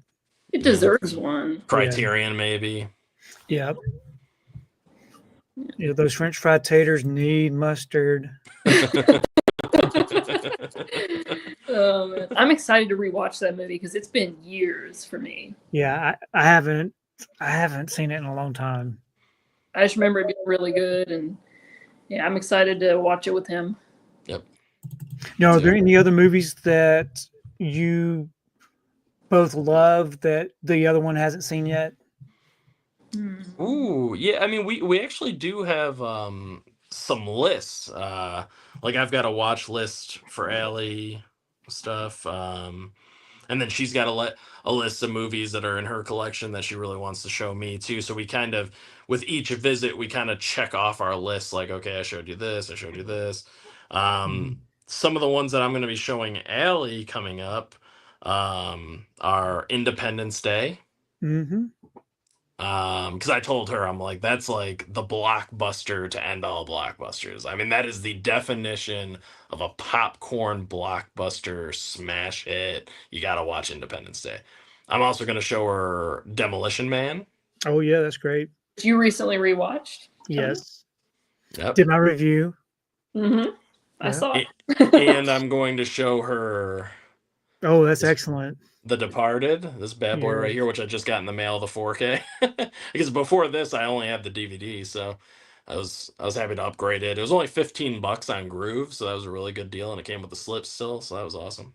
So I actually have a short but funny story with that movie, because I remember when it came out, my mom and I went to the theater to see it for some reason. I don't know why she chose that, because that doesn't really seem like something she would like. We were not there long because the profanity was so excessive that she was like, "We're leaving." And I was like, "Okay." So that's my only memory of that movie, is that there was a lot of You walked out. profanity, yes. And I was so young that I was like, "Okay." Like, yeah. So I'm excited to finally see it now. And then just a couple more, Invasion of the Body Snatchers with Donald Sutherland, from the 70s. I look forward to watching that with her, because that's a classic. You got to watch that one. Yes, and creepy. Very creepy, yeah. Mm-hmm. And Needful Things. Yeah, I look forward to showing her that one. I've never seen Needful Things before. I've got it, but so that was a TV miniseries? Yeah, it was. It's or like a TV miniseries or a TV movie or whatever you want, like a long, because there's it's really cool because Kino put out both cuts of the film. I'm trying to see if I can find it. I didn't know there were multiple cuts. Yes. Yeah, there are multiple cuts of the film, and one of them is like the long TV cut, right? Which is what you were talking about, Tony, but all of the cuss words are censored because it was on TV. And then there's the other version, which went to theater. It's the theatrical release of the film, which obviously is uncensored, but it's shortened down, quite a bit, because they can't put a super long movie like that, out there in the theater. So it's cool because with Kino, we got the best of both worlds. You got the TV cut, which is long and adds in a lot more scenes and builds up the characters more and all that kind of stuff. But sadly, it is censored. And then you got the theatrical cut. Yeah. So I need to, I would probably want to see the TV. I probably want to see the TV cut, I would think. Yeah. I wanted to take time to say hello to. Oh, there it is, right there. Tom Cruise. Oh, we haven't seen him in a chat in a while. What's up, Tom Cruise? I think he came out of the shadows just to say hello to me, which is always nice. Yeah, it's an honor to have you here. We were just talking about you and all your films. I mean, right? Cool. We picked our best Tom Cruise film. I mentioned. What did I mention? Do y'all remember which one I mentioned? Far and Away. Well, that was one. That was one, but what was the first one I mentioned? Was what is it? The something Last of the Mohicans? Last Samurai. Oh, Samurai. Yeah. Oh, yeah. The one that nobody had ever seen, right? No, I've seen The Last Samurai. Oh, yeah. Okay. Oh, yeah. No, The Last Samurai is really good. That's a great film for sure. It's been a long time since I've seen it, but I really dug it. Yeah. So do you remember what we said, Tony? Well, we said a lot. I listed off quite a few. Right. Yeah, I remember. But definitely one of my favorites. Ezra, come on. I had quite a few, honestly, but A Few Good Men, definitely one of them. And Eyes Wide Shut. Eyes Wide Shut's great. Yeah. Nobody And ever mentioned Collateral. Cocktail. Was it? Nobody mentioned Cocktail. Oh yeah, Cocktail. Yeah, that's right. Yeah. Collateral was another one of mine. And then Aly. I'm in Rock of Ages. Oh yeah, that's right. Yeah, And we got to Top show Gun you more Tom Maverick. Cruise Top movies. Gun Maverick. Yeah. Yeah. Hey, Top Gun Maverick. Yeah. What's your favorite food to eat while watching movies? So to me, I love. Do y'all spend a lot on popcorn and drinks when you go to the movie theater? I mean, if you buy popcorn and drinks, you're spending a lot, no matter what, right? But Yeah. do y'all normally get that when you go to a theater? Yeah, I usually always get either, like a pop or a frozen Coke or something. And then yeah, I'll hit the little smirk. Yeah, because I say pop, because we Pop. say pop out here in the Midwest. Yeah. Shout out to KB. We were going back and forth on Yep. Corey's channel because he says soda and I say pop. But yeah, I usually get that, and then sometimes I'll get a popcorn or maybe a nachos. I used to get nachos all the time, but not But no lately. hot dogs. No hot dogs. No. No. Definitely not now. No. Yeah, normally when I go to the theater, I'm by myself and I don't get anything. But in the past, like my favorite thing to get is like a salted pretzel. Oh yeah, those are good. Yeah. Yeah, those are really good. Take out a second mortgage if you get the combo, right? Right. Don't get any yellow mustard with that. No. It's gonna cost you. The mustard's free though. Oh no, they're gonna charge. They're gonna start charging for that, I'm sure. I actually bring in popcorn seasoning to put on mine because I like the seasoning. Ooh, yeah. But yeah, so I pay for the movie pass. I think I pay $25 a month. I can see 3 movies a week, right? But so I was actually trying to do that. I was trying to see 3 movies a week. But every time I go to the movie theater, I'd get a popcorn and a drink. And it was like $20. And I'm thinking, Yes. okay, they're getting their money back from me. So I got one of those refillable popcorn buckets that you can just take in and get your popcorn refill for, I think, $10. So that worked out. That worked out for a while, but now I just go and just get a drink because I just don't want to choke while I'm watching a movie. I gotta ask you now, Tony, what kind of popcorn seasoning do you use? Just nacho flavored. Ooh, Nacho. Okay. Yeah. And I always get a Coke. nice. yeah, you know what? I like to get a large cherry Coke at the movie. Yes, theater. Tanya likes the cherry Coke. Yeah, I don't know what it is, but that just feels right at the theater for some reason. That or a frozen. I love Coke. cherry Coke. Yeah. I used to like getting the cherry ices. Those are always my favorite. Oh man, those are so good. Really good. Yeah. Before I forget, to answer one of your questions from earlier, which movies from my collection that I still need to show him? Yes. 2 of them that I'm going to show him on the next visit is Selena and Practical Magic, because I love both of those movies so much. Yeah, we need Practical Magic to get a Blu-ray release. Well, it has one. I mean, but I don't have it. It's not because it's been out of print, right? I don't think so. I don't know if it has a standalone one. Actually, I think it comes in a 3-pack that I actually need, and I've been holding off. I've been holding off on getting it until I get that 3-pack. Oh my gosh! Hold on. Yeah, I think you're right, Tony. I saw it, and I think it was maybe a 2-pack.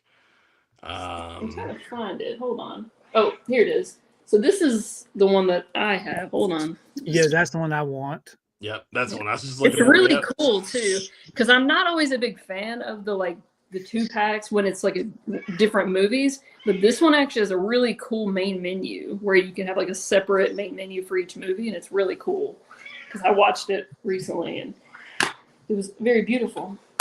Yeah, but I don't think there's a standalone Blu-ray unless you want to get like a foreign one, which I'm seeing here for $19. You could get the foreign version right there. Yeah, before that I just had the DVD for the longest time. Yeah. Yeah, I've been trying to get that 2-pack for a long time now, but it's almost impossible. Really? Yeah, for me it is. I'm real particular. I like to, if I buy things on eBay, I like to buy them brand new, but I don't like to pay the brand new eBay price. So I'm always looking for deals for that. Well, I think Anthony got that one off of Amazon. I think. Oh, really? And it was brand new. So. Yeah, it's right here. So there's this one right here that is new. That's $20. Oh, wow. On Amazon. I don't know why I was thinking that it was out of print. Yep, and that one's $20. Maybe because of the prices that they were charging on eBay, I thought it was out of print because Yeah, they were no, selling that's it for fair. out of print prices. Mm. Yep. Yeah. So yeah, no, you can still get it for a good deal. There's another one on here on Amazon for $13.54 for the Oh, double wow. feature that you can get. Yeah. Is So, it brand new? so those Yeah. are not sold through Amazon, but sold through third-party sellers. Yeah. Well, no, this one here actually, this one is shipped and sold through Amazon. The one for Oh, cool. $13.54. Yeah, I have to remember to check that out. Yep, What? shipped and sold by Amazon. Yeah, and even the ones that are from a third party, a lot of times, like they'll tell you whether they're new or old or whatever. That would be me. Yeah. He's been pretty good tonight. He hasn't gotten into any Yes. cabinets. Fingers crossed, he's been pretty good. It's just laying. Yeah, and we haven't seen his backside up on the camera yet. He does like Not yet. it. Yeah. He likes to flash people sometimes. Yeah. This is a very interesting question. 4 Mathau Lemon theatrical starring movies that they were in together. I don't think I could do that. Oh yeah. So Not, like not without using the internet. Grumpy Old Men, Grumpier Old Men, and what were the other movies that they had together? I actually just rewatched Grumpy Old Men not that long ago, and it still holds up very well. It's funny. It's got some good heart to it. I love the snowy setting. Yeah. Yeah, love But I a good can't think of the other ones. I just know those Grumpy Old Men, Grumpier Old Men. The sequel. So Aly needs to show her DVD collection. Maybe an Instagram themed DVD collection pictures. So I do have Anthony and Aly's. So I have Anthony's channel down below. As I mentioned earlier, Anthony hasn't posted in a while, so maybe he will. Yeah. But I do have his channel linked down below. I have his Instagram below, and I also have Aly's Instagram down below. Now, Aly, do you think you will ever start a YouTube channel? Probably. Or do you have any desire? Probably not. I don't know. I mainly would just enjoy doing streams because I like interacting with people, like friends, and just chatting.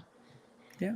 Well, because Aly, yeah, she was on Bob's channel, for that Dakota Johnson live The stream. birthday stream.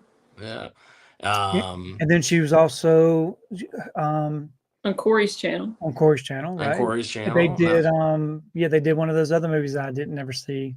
Pineapple Express? Yeah, I've never seen that. Oh, that's so funny. You gotta watch that one. That's a great comedy. You should do a double feature of Pineapple Express and Tropic Thunder. Oh, That yeah. would be a blast. I thought you were going to say in Grease too. Oh yeah, throw Grease too in there. Why not? Well,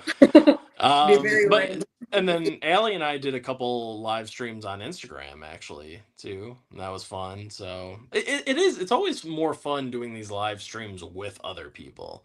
Right. I think personally anyway, I prefer to interact with you guys in the chat and stuff, but it's fun when you have other people and To bounce topics off of and yeah, exactly. Otherwise, it's just like all the pressure's on you, during the live stream.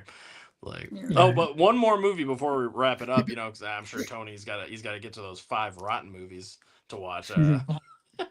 But A Simple Plan, which I just got from Aly yesterday. Aly and I have never seen this one, so this is going to be a first time watch for both of us very soon. That'll be fun. Yeah, I got mine in my stack because, like I said before, this is Arrow Video Month for me. So that's definitely going to be. I've got everything stacked in time length order so that I know what I can watch during the week and what I can watch on the weekend. So I'm definitely looking forward to seeing that one again. It's been a very long time since I've seen A Simple Plan. Yeah, I can't wait to check it out. And the cast is insane for that. Right. movie. I've got Friday the 13th in there. I've got some other titles. Do y'all have any Arrow Video recommendations personally that you think I should check out? Because I don't know if you've seen these movies or not, but Basket I've Case. never seen Basket Case. I've seen it when it was on VHS way back when. Also, Frank Henenlotter, Brain Damage. Yep. I don't actually own Brain Damage. Oh man, this one, the visuals are gorgeous because they incorporate that blue Yeah. so much into the movie that it's just so beautiful, and that's probably my favorite that I've seen of his. But I really enjoyed Basket Case and Frankenhooker as well. Those are two really good ones to check out. You said you hadn't seen either, Tony? I saw Basket Case back on VHS, and I was young. I didn't really enjoy it. Okay, and you haven't seen Brain Might Damage like it then? more now. Yeah, I haven't seen it. Have you seen Alice, Sweet Alice yet? Yes, I saw that one. Okay. What was the other one? Have you seen Bloody Birthday? I've never seen Bloody Birthday. Oh, Aly had me watch that one. That was great, Tony. You should definitely check that one out. That one's really crazy. good. Some crazy kids in there. What about Deep Red? Have you seen that? I've never seen Deep Red yet either. I love that one. It's my favorite Argento movie so far that I've seen. Have you seen Witness with Harrison Ford? Oh yeah, I love Witness. Okay, yeah. That is an amazing movie. You've seen Donnie Darko, haven't you? I have, yes. Okay. Have you seen Tenebrae? I have not. I do have it in the collection, but I don't believe that's the one I saw. I saw one. I can't remember which one it was I watched. I wasn't a big fan. So I'm not sure that I'm going to like any of the other films that were done. Yeah, Does that make fair. sense? No, Yeah. that's fair. Yeah, you're probably you're not a big fan of the style overall. Yeah, I wasn't really a big fan of the style. Have you seen The Stuff? I have not seen The Stuff. Ooh, check that one out. That's a good one. The Stuff. Yeah, What that's a about fun movie. This I one? saw that one. I enjoyed that one. Yeah, that was good. Another one. Have you seen Mallrats? No, I've never seen Mallrats. That is one that's in my watch pile though. Yeah, love Mallrats. Yeah, I wasn't a big fan of Suspiria. I haven't seen the remake though. I hear the remake might be pretty good. Have you seen 16 Candles? I was going to ask. Of course. Okay, Yeah. Love that one. But I was like, surely, yes, I love this slipcover. Yeah, that's a great one. Oh, beautiful. Yeah. And Tony, you've seen Killer Clowns, right? From Oh Outer yes, Space? I love that one too. What about Pitch Black and the Chronicles of Riddick? Those were in my watch pile, but I took them out of the watch pile just because of the length of time it's going to take to watch both of those. I had other ones that kind of prioritized over it. And I haven't heard many good things about that whole 3-film trilogy. Oh, I have a blast with all three of them. I think they're fun. You just got to remember that they're just. I mean, they're just. What's funny is they're actually each kind of different in their own way. Like Pitch Black is a sci-fi horror film, and it's got some good suspense and stuff. It's like a creature feature as well. And then the Chronicles of Riddick is like sci-fi action, not really horror. It's just sci-fi action. And then Riddick, the third film, is once again sci-fi action, but then it incorporates some of the horror elements that were in the first film. But all three, I think, are fun if you're in the mood for those kind of movies. I'll put them back in the pile. I just have to find time to watch them. I've got to find time to watch 5 movies before tomorrow night. I know, man. I know. Looks like I might be up all night. Yeah. Well, you've got all night tonight, and then you've got early tomorrow because you don't have to work tomorrow, right? Yeah, church tomorrow. Church, and then after church, maybe you can knock out a couple more. Yeah. Hopefully, you didn't pick long titles. They'll be fresh on my mind when it's time to live stream. So one last one. Have you seen that? So I have seen that. I've only seen it once. I didn't care for it back when I watched it when it was first released. But of course I've heard many people rave about it, so I definitely need to check that one out again. Now, Tony, I'm assuming you've seen Tremors. I love Tremors. I love Tremors as well. My favorite part of Tremors, though, was Reba McEntire and Michael Gross. Oh yeah, their interaction was hilarious. I loved it. You broke into the wrong rec room, didn't you? I actually saw that one in the theater when it came out. Yeah. Have you seen Tremors 2 though?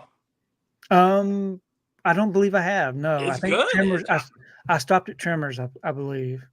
I'm telling you, Tony, Tremors 2 is good. It's a good movie. It really is. It's a fun film. It's not as good as the first movie, but I'm telling you, it is a really solid sequel. Yeah, I may watch that. Yeah. And it's a quick watch, too. One more. What about this one? Oh, I love that one. Yes, Yeah. that's one of my Great favorites. one. Yeah. I've never seen Paris, though. I liked it. I like it, too. I like it, too. It's another one that's hard for me to find. There is a German 4K. I believe it's German. Yeah, I believe it's a German 4K of it that you can buy. And yeah, I think in the States there's just the DVD. And then I think there's another release overseas that's like a Blu-ray. Thank you. Oh, that's a beautiful hoodie. It was perfect too, because it says it's Showtime on there. Yeah, I love those colors. That yellow like pops off of it because of the dark like purple and everything. So the yellow just pops. I love this hoodie so much. I wear it all the time. It's so comfortable, cool. And just the colors are so vibrant. Heck yeah. Walmart too. Like Walmart knocked it out of the park. Walmart actually has affordable prices for their stuff too. Like they are super affordable. Their shirts and hoodies and everything. Yeah, they've been stepping it up. Yeah. Well, I'm thinking I really have loved the interaction with everybody, especially in the chat and here on our live stream. So I really appreciate y'all taking the time to watch. I do want to try to keep this under 3 hours, just to keep it at a consistent time frame. Yeah. But I really have enjoyed this, and I'm very thankful that everybody watched and came and participated. Is there anything that y'all want to promote before we say goodbye? Oh, Tony, I just wanted to say thank you so much for having us on. Yeah, thank you for coming on. You know, I love your channel. You know, I think you're a great person. I love your personality. You know, you're one of my favorite guys to watch on YouTube because you're so genuine. You have a great collection, and it's so nice now that you have this, you know, this new show of yours. Yeah. To really showcase more of your personality and who you are and everything. Right. You know, a long form content. So I'm so my love for death and morbid things. Yeah.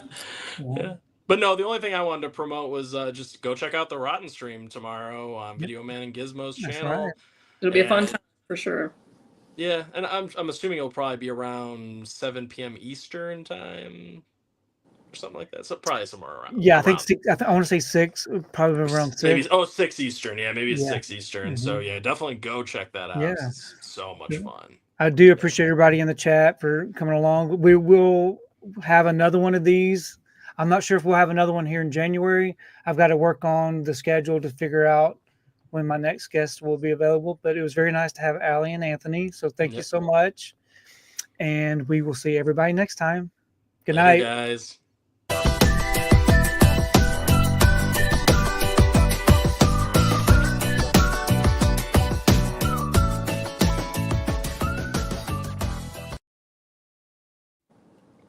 Love the outro.